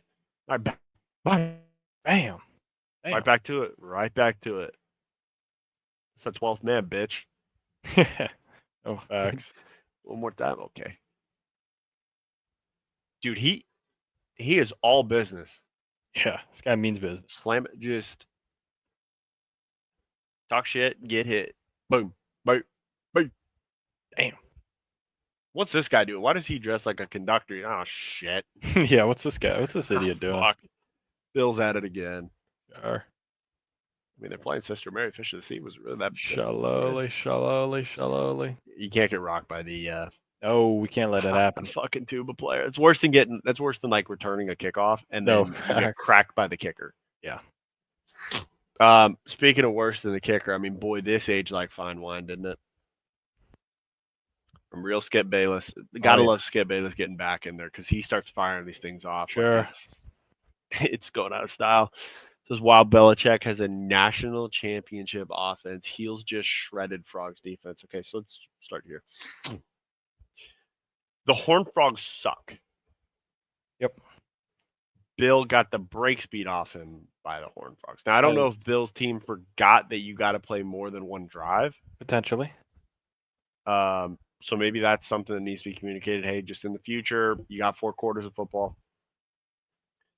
You probably don't want to get embarrassed by about 30 at home. Yep, preferably. Usually, preferably. And then I don't know what the hell is going on with the PR team, but can we just have like 2 options available? Like, hey, if we win, we can have like the fucking gay assortment of balloons and all that shit. Yeah. But if we lose, like, can we just put it somewhere else? Please. Instead of having Bill sitting there like he's at a 5-year-old's birthday party. Sure. Like, we got our asses kicked. He's just always pissed, huh? Every time. I'm just not a fan of this new era of Bill, man. Like, it's just he filed for a trademark for Gold Digger. What the fuck? Did Kanye make a song Is that actually about that? real? That's real. Yeah, that's the thing. They filed for Chapel Bill. That's insanity. Chapel Bill got belt to ass. That's what happened. Got fucked up. Speaking of fucked up, I'm so glad this happened. Shout out Charlie Intel. Just when I can get more pissed off at Call of Duty for just not giving a shit about the entire fan base, they decided to go and make a movie with Paramount. I feel like we've had a bunch of these. There's Black Hawk Down. There's American Sniper. There's Saving Private Ryan. Sure. Full Metal Jacket. Yep. Forrest Gump. Forrest Gump, sure. It takes us through football too. It's a good one. Sure, yeah, does it all. Yeah, even goes through civil rights movement. It's good stuff. As they say in Tropic Thunder, never go full retard. Forrest Gump did not go full retard. Nope. I mean, I just feel like we've already how does this work? Are we combining every storyline together? Like, am I somehow getting Captain Price and Woods? Like, what is Captain Price would be sick, but I mean, this is one thing I say about games to, movies or TV. It's like that is a game is a TV show already, kind of, or a movie. Like I'm kind of playing a movie a little bit. Mm-hmm. So I'd be interested to see what they're really planning. I think I was more pissed off about this because this lets me know why they haven't fixed the game at all. They're busy working on this, so I can slide around the game as Beavis and Butthead, but I still got people cheating, beaming me through a wall. And then on top of that, I'm gonna go. What, you want me to go pay to watch a Call of Duty movie? Like, I've already seen damn near every war movie I can. Yeah. Oh, Fury's in there too. That's also a good one. Yeah, Fury's really good. Am I missing any of the classics here? Inglourious Bastards, I would put in there. Yeah. I think that's classic. Yeah. That's an all-time. Yeah. All-timer. Ain't nothing wrong good with deal. This is not a damn good deal. I would not take this deal. No, thank you. All right, moving on. I'll get over it. Shout out Barstool Gambling for really taking the degeneracy to a new level. If you were to bet the underdog on every Division I college football game so far, you'd be 80, 46, and 2. So you have a 62.5% win percentage, and a $100 better would be up $2,680. So there you go. At that point, it's not called gambling; it's actually called investing. Stream of income. Yep. I don't know this was going to happen, but damn. I bet G Fuel. Jake Lucky. G Fuel's gone. R.I.P. Damn. Maybe they are rebranding, but they're probably didn't understand a word I just said. Fuck. Trying to fight through with it, boys. Here we go again. See, so Ari's got my sports update. So Ari Mirov says that Stream East is shutting down. Okay. So everyone was saying farewell, right? Doing all the pomp and circumstance. Yeah. We'll see someone get the final last laugh up here in a minute. We'll just give it a moment here. I hope this is my prayers answered. Las Vegas Allegiant Stadium will host BYU versus Ohio State or Oregon State. Sorry, it should be Ohio State. in 2028 in Arkansas versus Texas Tech in 2030. I'm just gonna ask, who the fuck cares about, like, why am I gonna go see BYU play Oregon State? Genuine I don't question. know if it's it's not taking me there, that's for sure. Nope. I guess Arkansas has a chance. Texas Tech, they keep spending money, could be good, but Yeah. I mean, I'm just glad it's back in the United States. Like, it's Yeah. the kickoff classic overseas, done with it. I don't need to watch another one, man. Yeah, I'm okay with that one. I'll pass, you know. That's what I'm saying, yeah.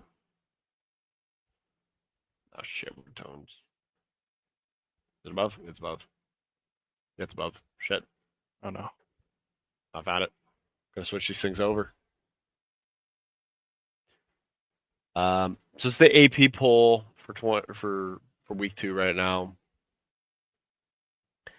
I just like that they got Bama at 21, Florida State 14. That's good to me. Yeah. Still don't understand why Penn State is number 2. Like, genuinely don't know. Everyone's just loving it for this year. Yeah, I mean, like, I would prefer actually having LSU at 2.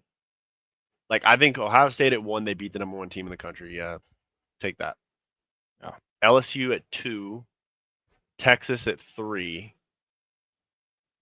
I would put Clemson at 4 because, like, how far do you want to punish them for losing, like, for taking a big game and losing? You know what I mean? Like, Yeah.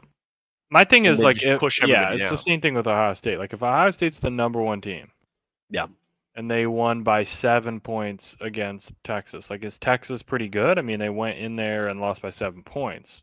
that's what I'm thinking. They're better than 7, I'll tell you that. Are they 6 spots worse than Ohio State? Then why is Clemson only 5 spots worse than LSU and they lost at home? You know, it's all those things to think about. We got some idiots though involved in this thing, so yeah, you gotta kind of let it happen. Yeah, I'm just glad. Again, got the easy one. I mean, this is a gimme on the test. Just boom, boom. Pretty simple. I mean, Tone's, saying this thing. Tell you what, voters kind of cooked here. Rewarded wins, didn't punish bad teams for that lost in the top 10. Crushed Bama, rewarded Florida State. I mean, to a degree. Again, I don't know. I might just be a Penn State hater and I can get over it. I haven't seen much that I need to really worry about. Yeah. I saw their team play live, except for Tyler Warren. He scared me. So here's where things get interesting. Stream East News Network says we haven't been shut down. And so I looked through it, and this isn't like a fan account. It's not like a troll account. Like, this is the real Stream East account. So are they actually dead, or are they like a phoenix rising from the ashes, just making this thing happen? I guess we'll find out Sunday. See if they're locked back in. They didn't understand. I was reading through the post, and it was like the United States went over and shut down the company, which was based in like Egypt. I'm like, I don't think we have federal laws that would like. Why would we take the time and resources to go to Egypt? Yeah. To shut down a sports streaming service? Like, yeah, I feel like we got bigger issues. I mean, like I said, before we hopped on the program here, we got congressmen talking about radioactive shrimp. I mean, I feel like that might be a bigger issue. Sure. Call me crazy. So that's where things get interesting. Sleeper's cooking here, so I had to go ahead and read through this. So for internal, it says leagues are not won at the draft, but there certainly can be lost. There is a reason, and then it says, it highlighted in yellow, it says Kevin has never made the playoffs. So is he Kevin, or is somebody else in the league Kevin who hasn't made the playoffs? I don't know if it's like I don't even think it's like self-motivating verbiage. Like, it's not motivating yourself. Are you belittling yourself and saying you never fucking made the playoffs? I don't know. It's like you suck. You're the worst draft ever. Like, I don't know. Yeah, what are we doing with that? But external, we're saying, remember, bring buffalo chicken dip, good karma for trades later. Okay, so he's buttering everybody up. I'm not gonna lie to you. I would actually be more pissed off about someone trying to butter me up with food. Like, fucking sit down and do your draft, okay? Yeah, please. I don't understand where this all came from. Like this whole thing of like we might be boys, but like if you give me a shit trade offer, I don't have to accept it because it helps you. Like Yeah, I don't have to. it's Don't it's have to got be to a be part of it. it's got to be mutually beneficial. Yeah, it's got to I help gotta me. say, I don't know how you pulled off some of the moves this last week. Like you Hey, actually got Garrett Wilson on the move. I got the guys out of the room. I Okay, don't know why you did it. stacking a couple picks for next year. Got a sneaky stack: Devontae Smith, Jalen Sure, Hurts, Tony Pollard good in one. there, and a second. It's not I bad. mean, I'm feeling good. I still think we can do some things this year if we kind of Sure. boys get rolling. But looking at and then here's the thing: if the boys do get rolling, Yeah. I got a couple extra picks. Waiting, maybe Yeah. I Make a make the move. splash. Yeah. Maybe I make the move now, and I get a Maybe. guy that could come You save might. my season. Or if I'm shit, okay, who Regroup for wants next year. Hubbard? Who wants Pollard? Who wants whatever? And then I just say, I want picks back, man. I'm loading up for next year Yeah, and you're just loading that weapon because in I your already fucking loaded it up with an attempt to try and win. So I think I'm doing some good things, but I you agree. know, who fucking knows? Terry McLaurin could break his neck, I mean, and there you go. Season's over. It's been nice yeah, knowing you. it's a good run. Yeah, I mean, there might be some NIL deals going on with these things, but you know what? sure, That's part of the game. That's part of the game within the game, and I love it. absolutely. I didn't think, unfortunately for you, I did not think Garrett Wilson was going anywhere. Like I didn't think anyone was going to give you anything that you wanted. Neither did I. So I don't know what this manager sees So in Garrett. Like hey, I saw a preseason I'm gonna let him deal with clip that. of Justin Fields actually not being able to get the ball to him. So and it was just a screen. So I don't know. I don't know. Hey, it's not your worry anymore. That's always a Oh, good thing. we're good. We're chilling on Um, this side. let's see what's going on with this guy with the external. He says, have fun, but not too much fun. This will control your emotional state for the next 5 months. Damn. Have fun, but not too much fun. I think, damn, I mean, you got to have fun with that kid. I mean, shit. It ain't life or death. Guard your screen. Don't let anyone see that cue. So I don't know. When you're drafting, do you use the queue? Like, do you like queue up I've players? never used the Q one time. I did it one time. This was talking like 5 or 6 years ago, and I just wanted to keep an eye on Cam Newton. Uh-huh. And my app glitched, and it just selected Cam Newton in the first There you round. I go. was like, "All right, Cam. Well, we're fucking running it. Yep. Let's run it with the boys. It's Carolina. Pound the drum." Sure. So fantasy football cheat sheet. Oh boy, this is. Oh no, I think I know why Kevin's not making the playoffs. First round, take Kyle Pitts if available. If not, stay calm and take best available. I think you're praying that somebody else is dumb enough to pick him in the first round, Yeah. so you don't make that decision. I'd Okay, say like so. let's not. Maybe this is from when he first got drafted, and you're kind of going through the cycle. Round two, Bucky Irving or take Josh Allen from Jeff out of spite. Okay, Okay. so this confirms that this wasn't like from a previous year. This is this current year. Yeah. Damn. Yeah. Third round, make hint that you want James Cook out loud, bait someone else into drafting him, take Chase Brown. I mean, if you could do that, I don't think you can go wrong with either option, to be fair. Yeah. They're both going to get a lot of usage. Let's keep this moving here. Round four, all eyes on Marvin Harrison Jr. This round. Prob a good time to start making fun of people's teams. Start firing away. Okay, so we're playing offense right now. Sure. There's a lot of mind games. Now we're getting after it. Yeah, we're really getting in people's heads, seeing what their composure is about. Fifth round. By now, you have earned the right to gloat. We want Travion or a wide receiver here. Lots of talent in this round. I'm willing to bet this draft did not go anything like the wristband. In fact, he said, "Fuck the wristband. We're going off kilter here." Yeah. God, if I saw someone take Kyle Pitts in the first round in our draft, I'd be like, "Well, that's the game."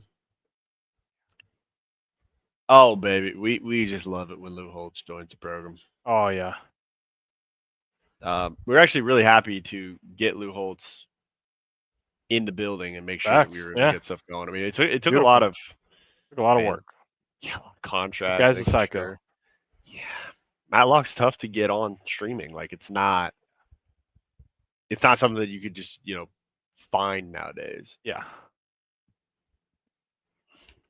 Got rid of one of the damn banners. I don't know why. Sure. Remake this shit. All right. So let's see what Coach is talking about here. Talking about Catholics versus convicts. Flashbacks, Catholics, convicts, all that. I wore a shirt. I wore one of Frederick's shirts. Hell, I was a dummy. I wore it. I was in all in on it, Coach. Big You get any dummy. flashbacks to that? I didn't like that. But you know what was amazing at this game? There were a lot of T-shirts that said Catholics versus convict version 2025. But I didn't like that when I was coaching. I felt that was unfair because not all our team was Catholic. You know, you can't really evaluate that. But the rivalry with Miami was great. And what made it great was Jimmy Johnson and all the great receivers and all the great athletes involved in that game. Well, I'll tell you what I was shocked at. I was shocked at how many Miami fans were at that game. That whole stadium was orange. And that's unusual. When we went on the road, half of the stadium was Notre Dame, but I had trouble finding a lot of Notre Dame fans there. But yeah, I'm not sure if all our team was Catholic. So are you saying that they were all convicts on the other side, or what are we insinuating, sir? You said, look, I thought about it. I thought that the marketing was great, but you don't know that all the boys are Catholic. Okay, Sure. couldn't tell. Touchdown Jesus, just let him sit in front.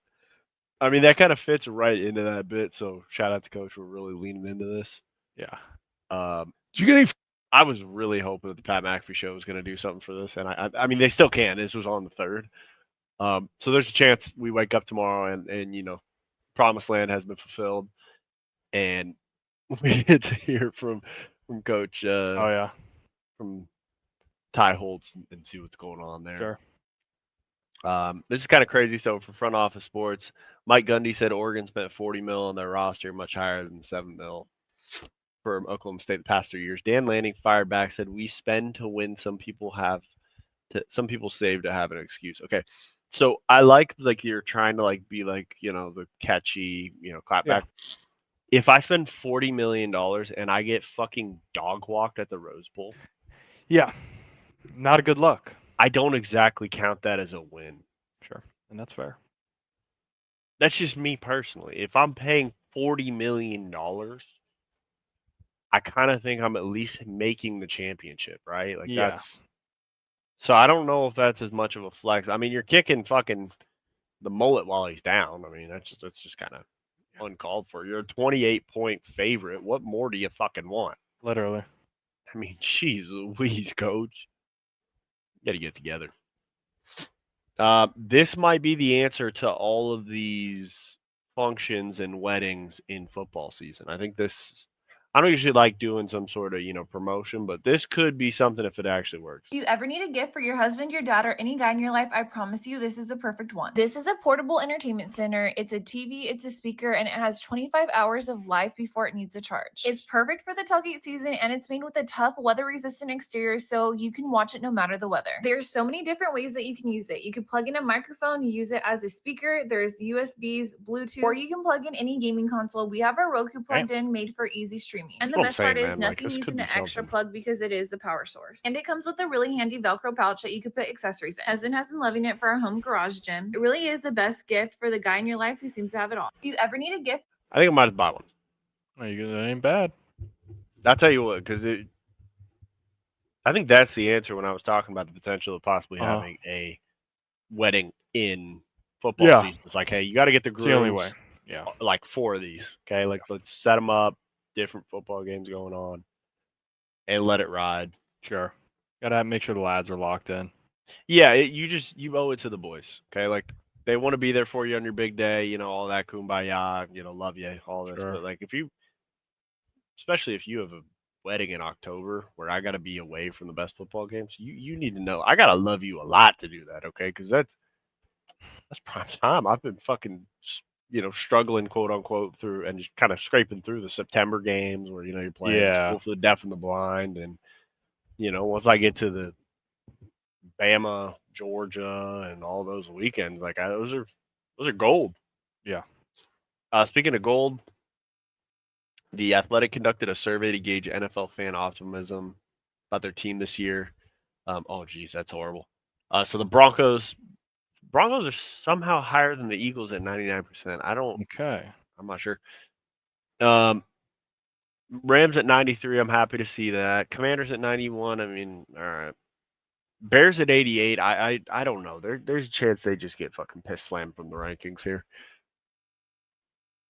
Jags at 74 is very concerning for me. Like, I feel like you need to just. I just want you to know what you're getting into. It's just me trying to look out for you.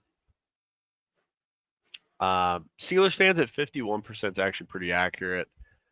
Jets fans at 42. You already know what misery's coming your way. Just accept it. Like you know what's happening. I did find it funny that the Cowboys are at 13% down with the Saints, the Colts, the Dolphins, and the Browns. They're being pretty realistic, and most Cowboys aren't. So, yeah, not the worst here. Not the worst. Any other teams that are kind of surprising you where they're stacking up here? Honestly, not really. Maybe the Cardinals, 74. Yeah, but I don't think they mind what. Yeah, for them, like if they win the division, that's like a win. Yeah, like they're not. They kind of know their vibe. I think if they're kind of shit this year, they might be like, and then they like have to run it back with Kyler again. They'll start kind of being like, bro, I can't do this anymore. You think they run it back with Kyler if they're shit this year? It just depends on what shit is. Like if they go 7-10, yeah, and he maybe got hurt for a little bit. I mean, I don't know. They're paying him so much money. That's the problem. Yeah, I can see that. I could definitely see that. I mean, this isn't really surprising to me, but thousands of NFL fans are canceling their NFL Red Zone subscription. I mean, I just don't understand how you're expecting from, being a suit up in the office of like, we've had a flat rate, and it's not like it was a cheap rate. Like it was pretty pricey for commercial-free football. Like I pay this price to not watch commercials. Like that is what I'm doing.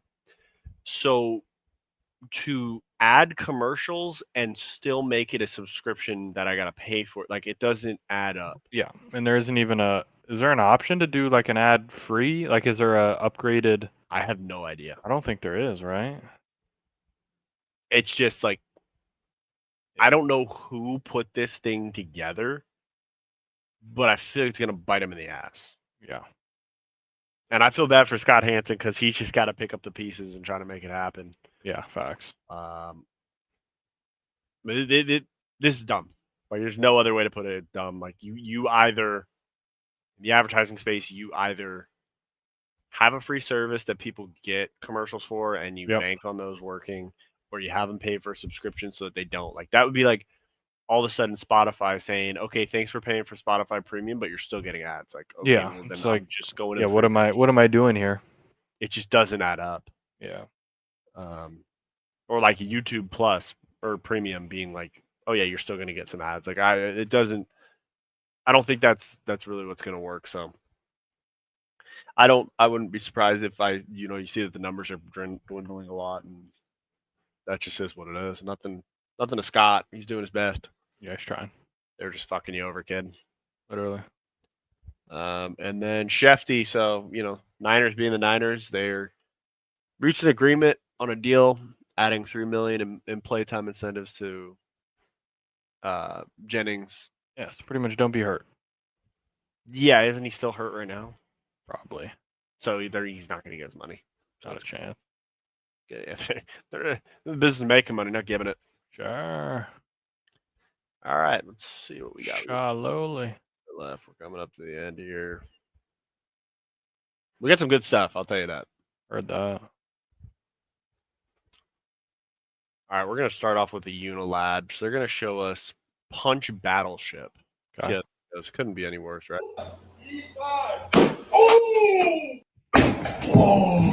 So how do you sink the battleship? You get knocked out? Yeah, do you win? How many doors do you have? Yeah. What's the replayability here? Yeah, is it like winner take all? Gonna need a lot of doors, that's for sure.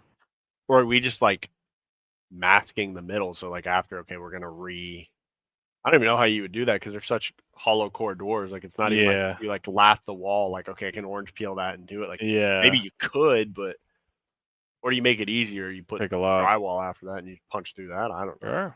Okay. Yeah. Because in Battleship, like you have one ship that can get hit 4 times, but like if your jaw can't take it, like what? Yeah, you lose. You just tap out. How many hits do I have here? Hey, you got me, man. You got me. It's over. It sucked my Battleship. Let's see what's going on here. Not as hard. Oh my god! Oh my god! I think the stairs could use some work.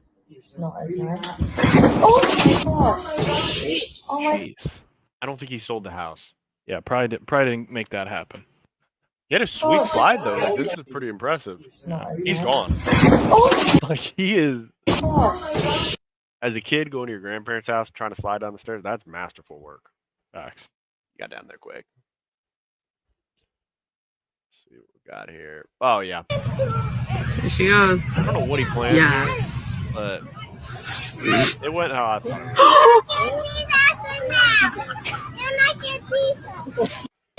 Way to take it with you, you know. Just ruin the rest of the shit for everyone else. I just want to know what like the poses here. She Like goes. we get hyped Yes. and then I just love that he's watching it. Like he could have stopped. Yeah, he doesn't give a fuck. That poor kid. When can I go Yeah. on the flight? It's fucked. It's gone. Oh, this guy's an idiot. So he goes to court for stealing from Target, and he's wearing the evidence with the tag. So I'm gonna go out on a limb and say he was found guilty. Yeah, You know, I don't think he probably didn't beat this case. No, I don't think he beat the case. I don't think Matlock could get him off that. Not a chance. Not a chance in the world. We gotta check in with Coach and see if we can fix his Wi-Fi so the next call we do is a little better. Yeah, so he's Or maybe locked in. Maybe we just call into him. You know, maybe that's Could do easier. that. Get him on the rotary. Probably have to pay for some extra minutes for him because I'm sure he's got a plan that he's using. So Yeah, we'll for figure that sure. out. We got a budget for it. Yeah, this is a unique way, but like, is this illegal in the card tournament if you're watching? Like, is that considered a performance enhancement? Could be. You gotta do what you gotta do to get that car back. Sometimes you don't want to walk it. Yeah. Let that thing roll.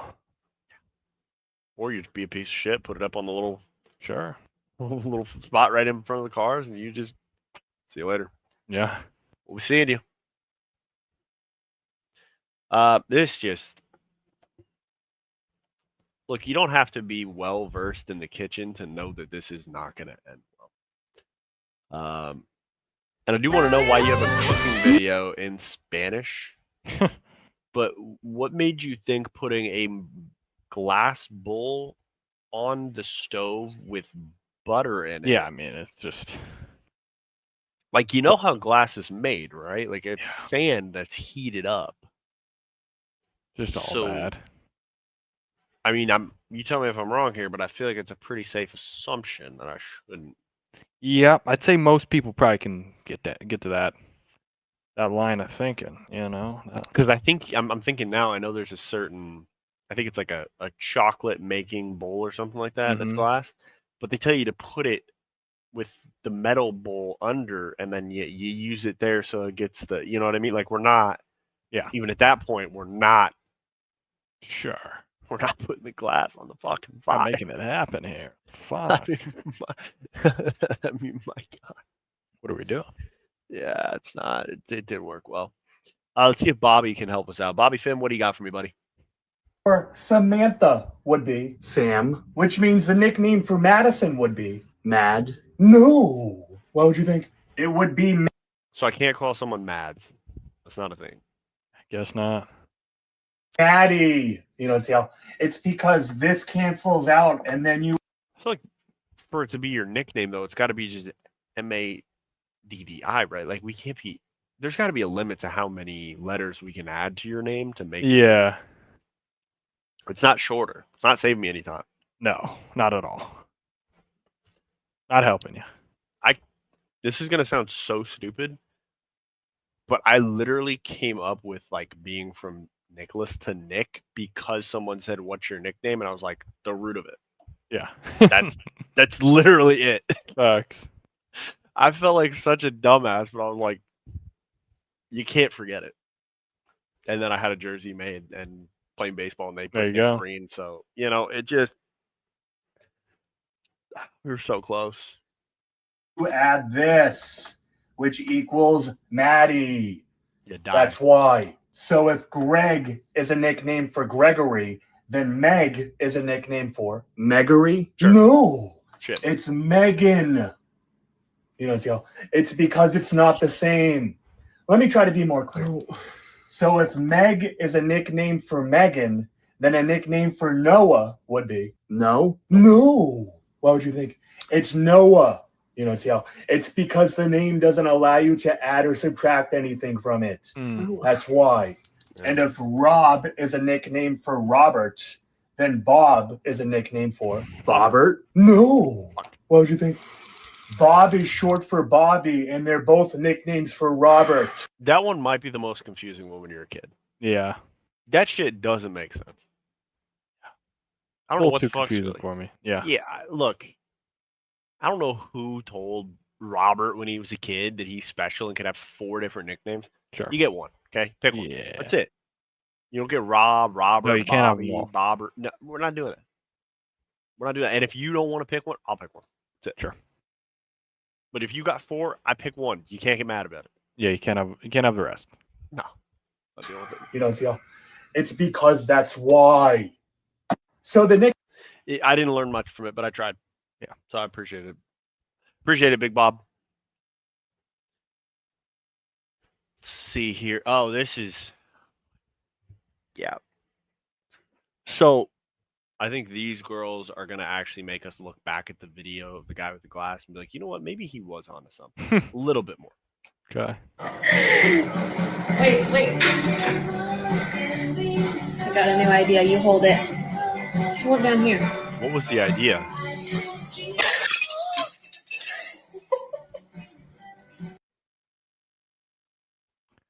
I don't know what we're thinking of doing. I have no idea. Because if I looked at that right, that's a ceramic bowl. Yeah. So how?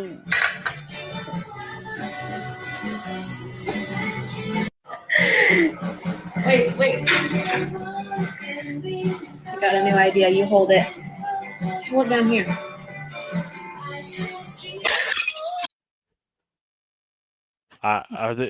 They thought you could open it by slamming something on top of it.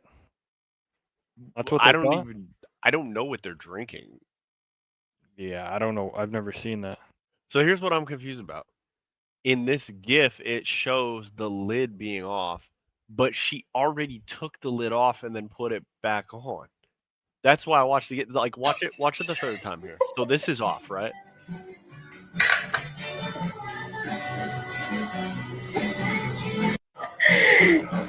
She takes the lid off. So if she already took the lid off, why are we? Yeah, why are we slamming it? Oh, you know what the scariest thing is? And I just realized this. They're going to be a part of the labor force in like 2 Correct. years. Oh. That is correct. Oh my God.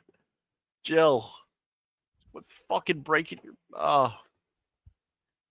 I think if my kid ever does that, I'm gonna shun them for the next 2 months. Yeah. That's the only answer. Gotta do it.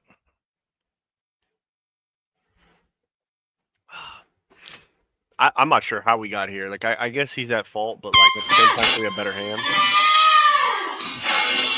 Dude. So he gets scared by an air horn, and his instincts are to throw his Nintendo Switch into the fire. That is correct. I don't know if I blame the dad as much as I blame the kid. I think they're both. I don't know. I think they're both idiots. You made do? me do it. I didn't make, dude. Can you grab it? No. Can you grab it? Son? Yeah. Son, how would you like a smack upside the head instead? How about that? I can grab you that. It's gone. It's chalked.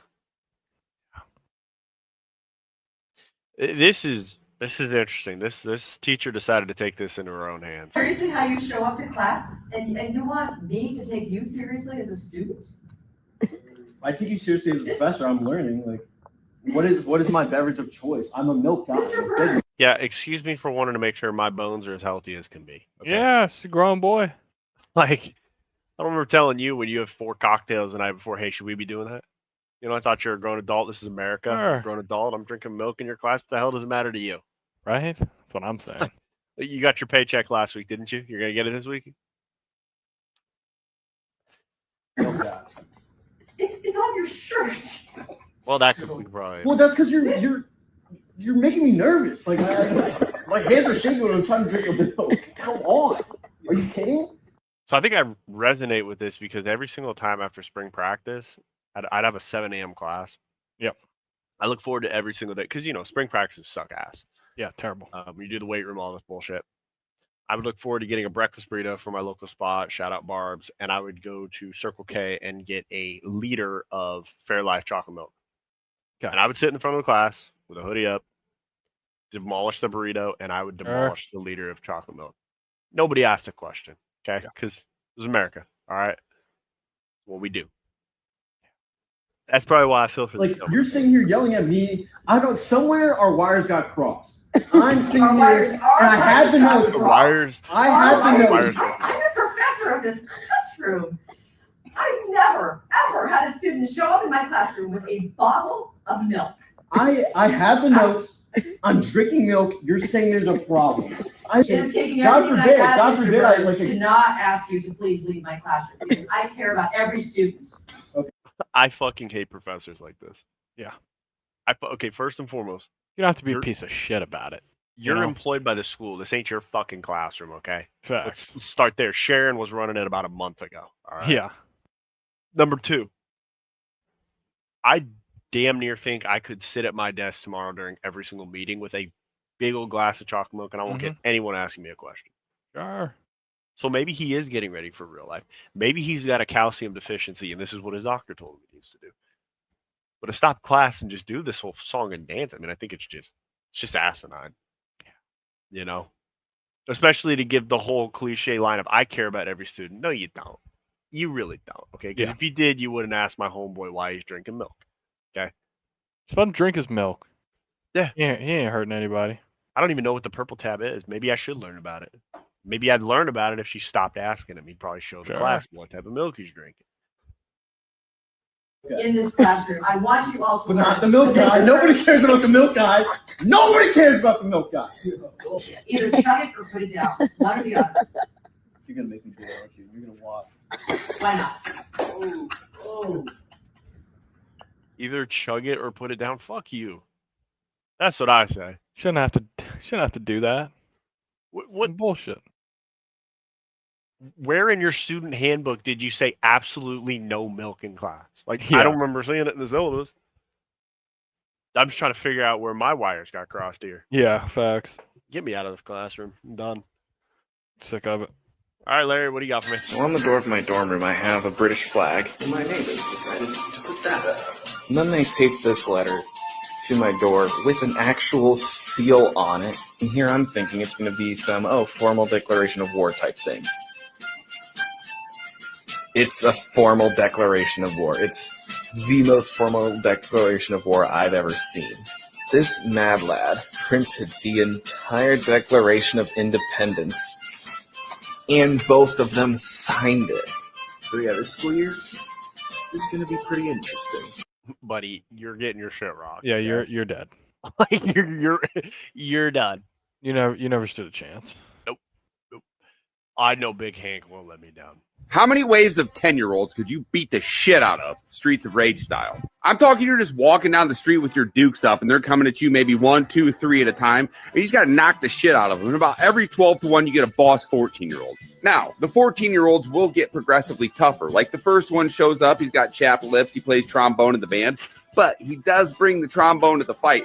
And it goes all the way to like some 14-year-old from 1994 who lives in the trailer park and is already smoking cigarettes. Every wave you get through is $100,000, but you have to bid the right amount. This is like bid euchre. If you say you can make it through 4 rounds, you get knocked out in round 4, you lose the money. And just like Streets of Rage, sometimes at the end of each round, there might be 2 bosses, or there might be some bitch that runs out there and is able to use her hair like a goddamn bullwhip, and you're trying to escape the plantation. She smacks you right in the face with it. Now, the 10-year-olds never get tougher, but they do get more strategic. Like, you might have one of them dive at your knees from off screen. You might have 2 of them pick one up, throw them at you catapult style in a sense of sacrifice. You might have that bitch come running at you out of nowhere with the bullwhip hair. You know what? Let's forget about that bitch with the bullwhip hair. That just makes this whole thing unreasonable, almost unrealistic. You know what I'm saying? Yeah. But I agree. Logically, I think if I'm walking into a group of 10-year-olds, I can throw at 50% 1-2s and knock out 10-year-olds one after one after one. Easily, I know I can knock out Band Kid.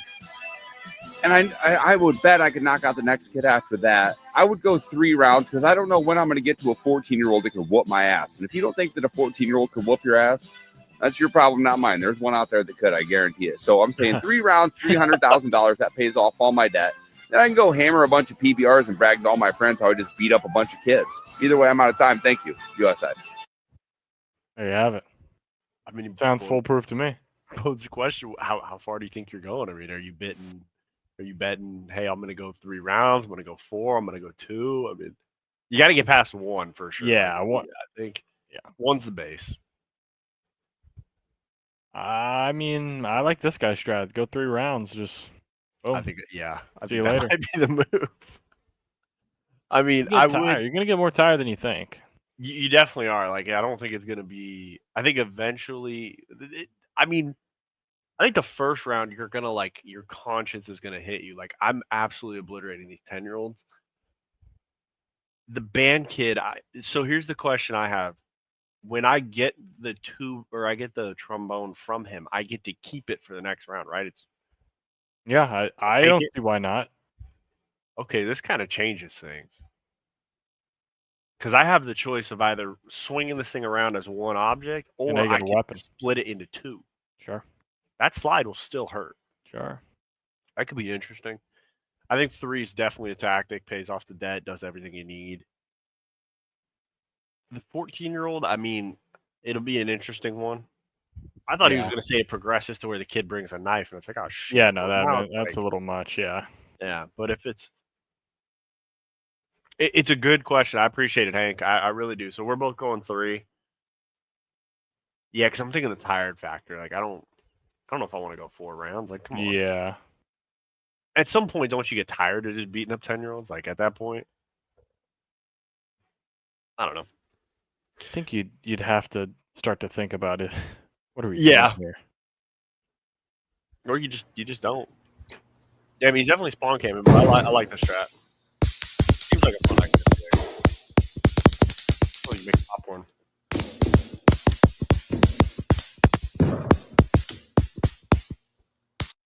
Pretty impressive.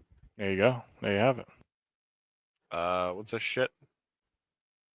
Oh, guaranteed A for the semester, but you got to put your phone in that box. You got to sit in the front of class every day. All right. That's all I'm going to show for this, okay? How far have we come as college being a joke when all I got to do is put my phone in the box and sit in the front of your class, and you guarantee me an A? Sounds good. Be there every day. So you don't really care if I learn shit. Yeah, they don't give a fuck. Okay. Well, look, we're honest about it. I prefer to just hear, hey, as long as you show up so I get paid, I don't care. I'd be like, you know what? I respect that. I'm in. Yeah. But you just get these fucking world beaters where I just want to see the world be a better place. I'm like, you are tenured, right? Like, that's part of your spiel here. Like, you literally almost hit a kid ripping into your parking spot 3 minutes ago. Yeah. But you care about, okay, that's fine. Sure. You just told a kid to go fuck himself 3, okay, it's fine. Sure, Lily. That's just crazy to me. I guess your boss does the same thing. If you show up to work and you don't fuck around, I will pay you. Like, all right, fair enough. Yeah, appreciate it. Thank you. Yeah. This guy's on one. I love this. I don't know who this guy is, but he did a great job. So I'm staying the night with my son, and he has a very sick sense of humor. He made a Trump bedroom for me. Notice Trump toilet paper. Sure. So I'm thinking from a liberal perspective, you get to wipe your ass with Trump. So I think that's kind of a win-win for you. That could be a win. That's a 50-50. Yeah. Now, what if it leaves an ink spot? Never mind. Trump mugshots. And he said, open. I think if he would have framed these would have been even better. Yeah, it would have been presidential frame. But I get it. Budget's tight. You know, you're making these things. In the closet. In the closet. This is my favorite. A life-size freaking. I don't even believe it. This guy probably spent like $300 to $500 to make a point. I respect it. Yeah. So, betting alone, I don't know. oh, I'm staying the night. He is committed to the bit. That is for sure. I love it. It's good content. What's this? Hi, shit? Claire. Oh. I miss you too. Ah, fuck it. This guy, she's just gonna try to plan a double date. It's the day of the Eagles. He should have thrown something. Sure. It is what it is. Oh, always love hearing from. Oh wait. God damn it. This is one of the ones that. Oh no, it is Bob does these the sports. Okay. One of these like triple threats or double threats. I don't know. Your Bob does. Just not the day for a Halloween party. Sure. Really not. Had a bit of a food coma last night. Got into some soft serve ice cream. Just an obscene amount of stuff. How much money does this guy spend on DoorDash like daily? Yeah, a lot. Every video I see, he's like, I just let the DoorDash eat today. And I'm like, that kind of seems like your daily routine. Yeah. Like I'm jealous I can't do that. Trust me, I'm not hating on it. It's not like a one-time thing. It's like, it's kind of the playbook. This is our bread and butter. Yeah. Soft serve, couldn't sleep, and I'm paying the price. I get that's on me, no doubt about it. Carvel's got this new vanilla bean soft serve that is just to die for. But girlfriend's company has a Halloween party in early September of all times, and I think an early September Halloween party is despicable. Like I feel like it's deplorable. Yeah, that's a rough one. We haven't even hit past the heat. Like it's not even. We shouldn't be doing that. Yeah. I won't be showing up. Are you kidding me? Hey, September 1st, I won't be taking part. Are you fucking kidding me? Won't do it. Like it's the same thing with someone going to like horror nights or something in early September. It's like it is too early. Sure. We can't do it. Can't do this every year. I hope they can, to be honest, because I can't do this year in, year out. Yep. I think it's a fake company, because to do this early September, just despicable. And do they plant trees, and are they LA based? Yeah. Sure you saw that today. Yeah, I did see that. Hey man, I mean they're on top of it though. 24 million to not make an appearance is it's an impressive. I know. That's Clippers got all their info out there though, so they're working it. Let's be real though. They're working it the best they can. Every franchise is doing that in every sport. Yeah. Like I would not be surprised to see the deal that the Lakers gave to LeBron or to Kobe or whatever. Like there's shit that is set in stone. And somebody needs to be held accountable, even if it's my girlfriend. Just can't, because I can't do this. Shout out Woody, shout out Buzz and the boys. Personally, I think Buzz Lightyear's a fraud, but that's another story for another day. Let's go do this dance, get after it, get this thing over with. But it's going to be a barn burner of the day. This is terrible. God damn it. I just love how the answer is, I hope they canter, okay? Because somebody has to be held responsible. Yeah. Sorry, baby. Oh my God, I've been looking forward to this.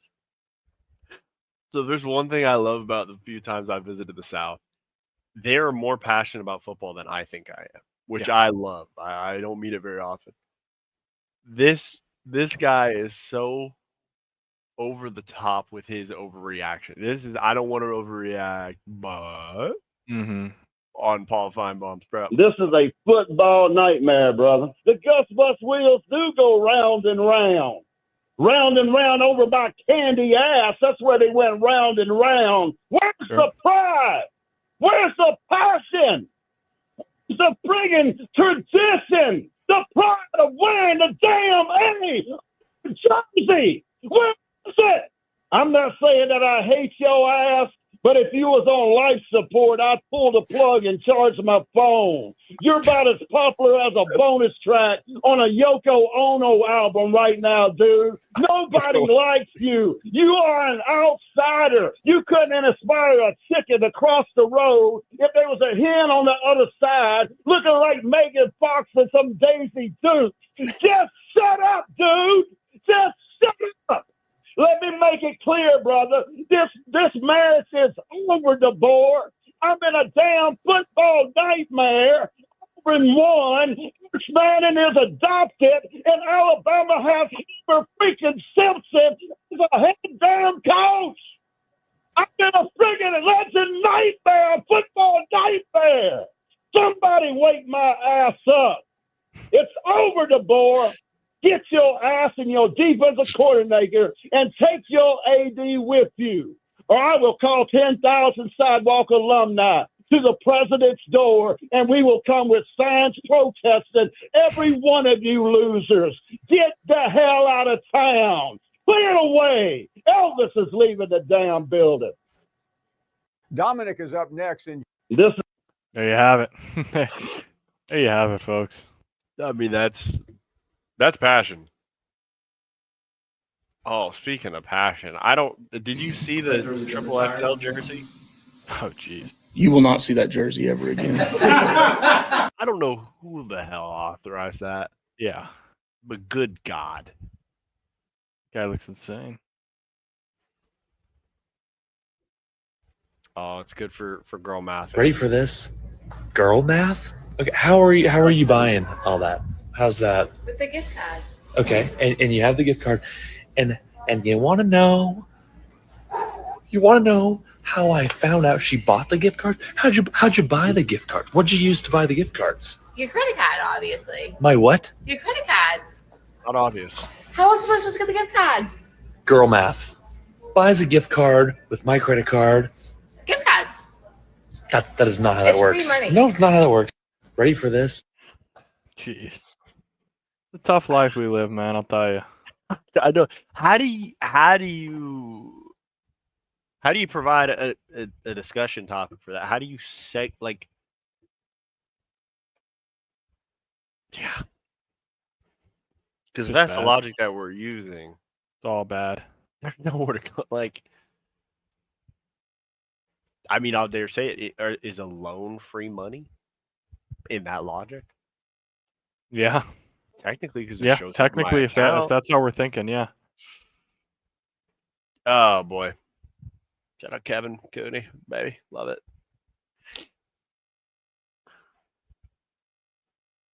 Do I have house of? Yeah, there it is. Finally, see a successful water slide into a That's what it looks like when you get the trajectory. Yeah, that's pretty good.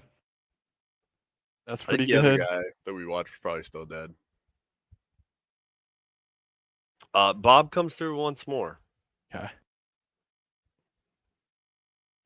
We're heading to the end here, boys. Yeah, I'm just sitting here eating my smoothie bowl, which is a new thing. I've seen it on TikTok. I got to get off of TikTok because nothing good is coming from it. But got a text from Grant Horvat. Said, Bob, I hope you don't see this as too much of a bang job, which usually means I'm about to get smoked.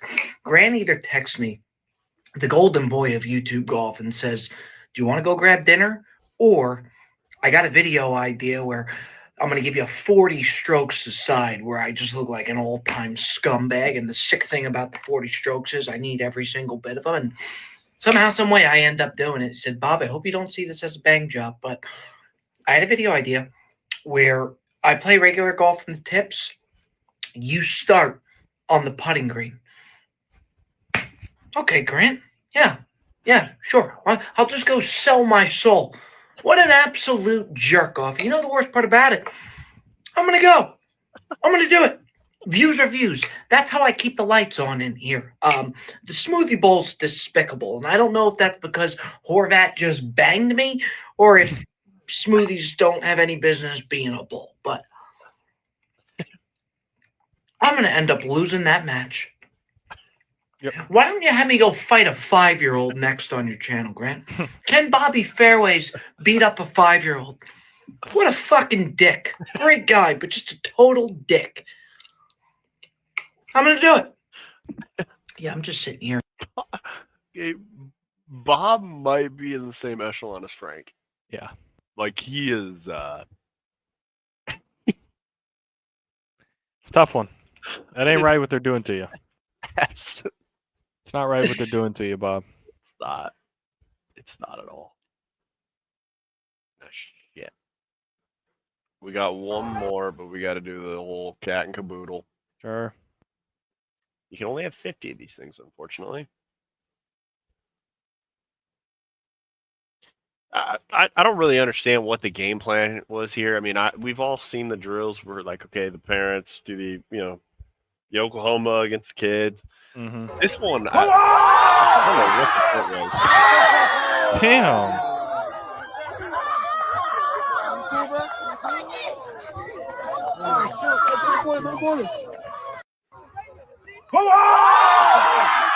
Just don't understand. Like, what the Never hell's that wrong? serious, man. What the hell's wrong with you? It's just never that serious. Whatever that is, we don't need to do it. Bro, there should have been another parent that just came in and just fucking lit his shit up. Yeah, at that point, it's like that is just can't allow this, dude. This is child abuse, bro. His head bouncing off the turf. Oh, yeah. Uh-oh. Yeah, uh-oh is right. Yeah, I think fucking kid just died. We're gonna hope the best for that Kid one. just died live on camera. Yeah. Guess it develops toughness. Oh, is that what the kids are saying? Yeah, that's what they're saying, huh? They don't know what they're saying. Well, I'm trying to think if there's anything else we could give you some hope for as you enter the pit of one of the worst weekends to ever be in the sports book, but with a smile on your face. I mean, yeah, first weekend of NFL. I mean, ain't nothing wrong with it. Yeah, it's football. You go watch football. Absolutely. It'll probably be a banger weekend of games, honestly. Like, the games themselves will probably be fun. And, I got, like, fucking 5 fantasy leagues, so, Oh, I'm going geez. to be watching something. Something's Sure. going to be piquing my interest, Absolutely. Yeah. Absolutely. I'm hoping by the time I wake up, I just see Bucky Irving's taking care of business. So he's got 10 points at halftime. That's beautiful. Perfect. Yep. Shaloli. Feel great. That's Shaloli. All right, folks. Catch you on the next one. Oh, yeah. Take care. Brush your hair. Don't drink too much pickle juice. We'll see you on the next one. Adios. Thanks for watching the video. We appreciate you hanging out with us and joining our Stoogie adventure. If you like a lot more brain-numbing and dumb Stoogie content, make sure to click the social descriptions down below. We might be posted on there. We might not. But the only way for you to find out is by clicking on those links below. So we hope to see you there. And make sure to click the subscribe button and that bell. Subscribe. Do it right now.